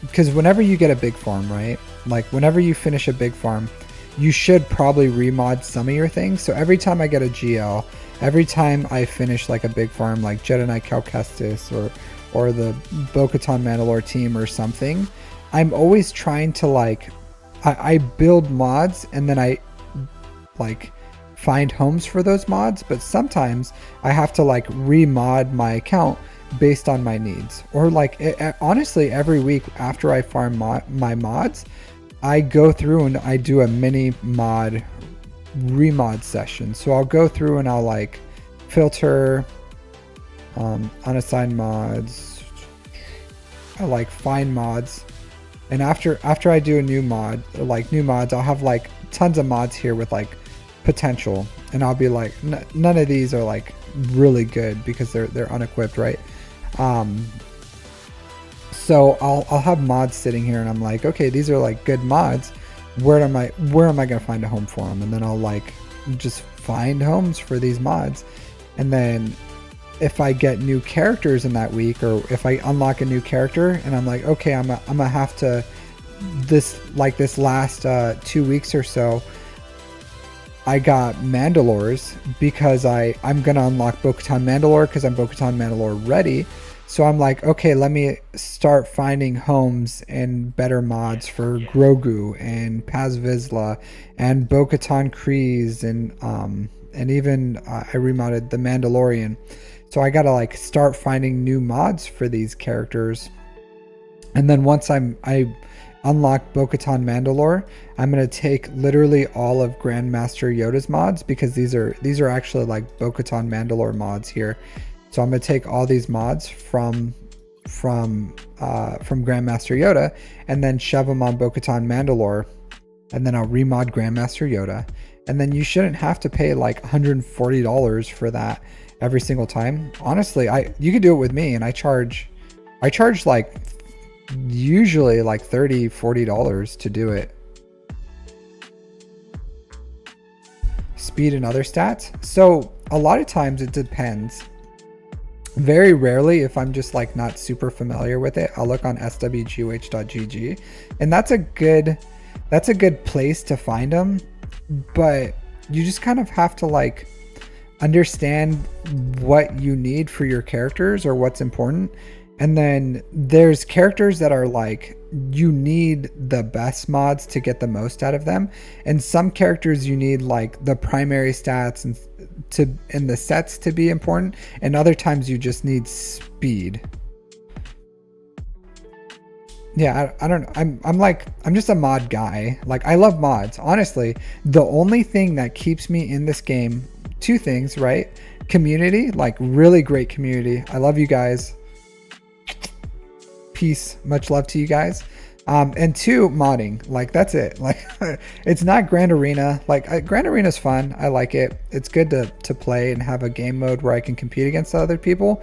But like, it's the community and it's mods that I really do love.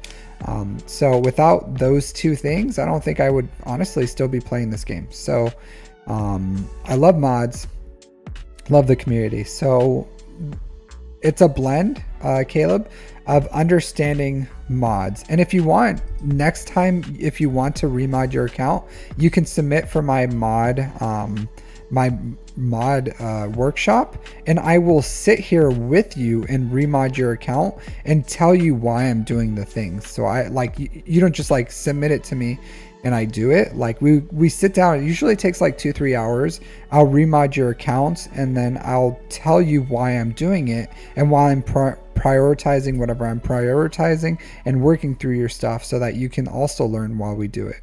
So that's one thing I think is better, is with my mod workshop, is I'm actually like sitting down and doing it with you so that you understand what I'm doing. And my hope is that I do it once or twice with you, and then you'll never need to submit for it again. It's not like, I'm not like Pimpo or the other guys that it's like a business for me where I'm like, you pay X amount and I'm just going to do it for you. My goal is that you guys learn how to remod your accounts, and then you won't need me to do it. So that's my goal. And that's why I make YouTube content for it. And while it's definitely not for everyone to sit there and watch someone remod an account, I think it's a great service where you can watch those and learn, what am I doing? Why am I doing it? And I explain like, hey, this is what I'm looking for. Hey, you don't have these mods, so you can use these alternative mods, or like, hey, I really want to prioritize this character for this reason, for this counter, for these things, or you need this turn order, kind of stuff. And that's what my mod workshop's about, rather than I'm just gonna like, hey, here's your account, it should perform better. So I don't know, I've had good experience with it. So if you want to, Caleb, I don't know when you want to do your next one, but I probably have time this weekend to do it because it's a 4-day weekend. You don't have to. I do have openings. I have a few people that are interested in it, but usually it's like a timing thing. So I have like a few people that want to submit, but it's hard to get the timing right. But yeah, whenever your next one is, just know I'm in graduate school now, and on weekends I'm now going to be doing graduate school homework. So that's what my weekends are mostly for now. But whenever you get a chance, you can just send me a DM, Caleb, in Discord, and then that's what my thing tells you to do anyways. Like, here, where are we at? Mod workshop. Yeah, so I think I have like so this is old. Yeah, for those interested in my mod workshop, I just tell them to like shoot me a DM. So yeah, so you can just shoot me a DM if you want to. Like I said, I didn't specifically think your account needs remodding. It's very nitpicky stuff that we can like dive in, but if you feel like you want to, then we can do it. I'm studying business, ARC Trooper, so I'm getting a MBA. I was previously studying clinical mental health counseling, because my bachelor's is in psychology. But now that I live in Japan, I can't do the practicum, which is the in-person part of getting a clinical mental health counseling. So I had to switch my degree to business because the military pays for it. So I don't want to waste my free tuition while I'm in. So the military is paying for me to get my graduate degree, like they paid for me to get my bachelor's. And then when I retire, if I want to, I still have my 4-year scholarship, so I can get a doctorate for free. I can get a law degree for free. I don't think I can get a second master's. So I would have to either go to school for, ironically, like a certificate. After I finish my master's, I can get a certificate in something, or I can get a doctorate, or I can get a law degree, which is technically still a doctorate. It's just most people don't consider lawyers doctors. They usually consider them like scumbags. I'm just kidding. I have friends that are lawyers, good people. Not all of them are great, but most of them are do it for good reasons. But I don't know. We'll see.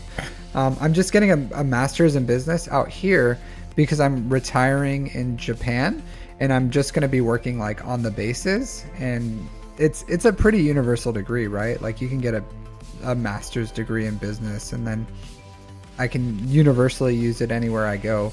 And then if I want to continue my studies, I can do it in like continue in psychology, or I'm open to law too, because I do want to be I would be really interested in being a prosecutor. I think that would, because I've always wanted to work in law enforcement, that's why I joined the military originally. It just didn't pan out that way. So we'll see. But either way, Caleb, yeah, hope that helps with what you're looking for. But I would recommend over time learning, because that's a good amount of money that you're paying someone to just do something that, in my opinion, I think is one of the better things. And as you learn, it sounds like you're interested in learning the game, and learning to remod and mod your characters is an important part of understanding like kits, what is like negotiable and everything. Hey, Joshua Hernandez, happy Thanksgiving. So that's a huge part of that. So understanding mods and understanding kits and understanding like what you can change or how to like use the most out of your kits is going to help you with understanding how to get better use of your characters. I think I'm done with all of my I think I'm done, right? Did I do Caleb Swinger? Yeah, he was my last. Caleb was my last premium one. I usually do two free reviews when I do these. This is not my normal day. Usually I do them on Sunday, so I'll still do my Sunday stream for my roster reviews. This was just a free an extra time I had where I could do it. But I think understanding mods is going to help you over the long one, Caleb. So I'm glad you stopped by. Another Caleb to add to my viewers. But it's going to, like, I hope you watch. If you haven't seen my mod guides, Caleb, like my mod guides are pretty good.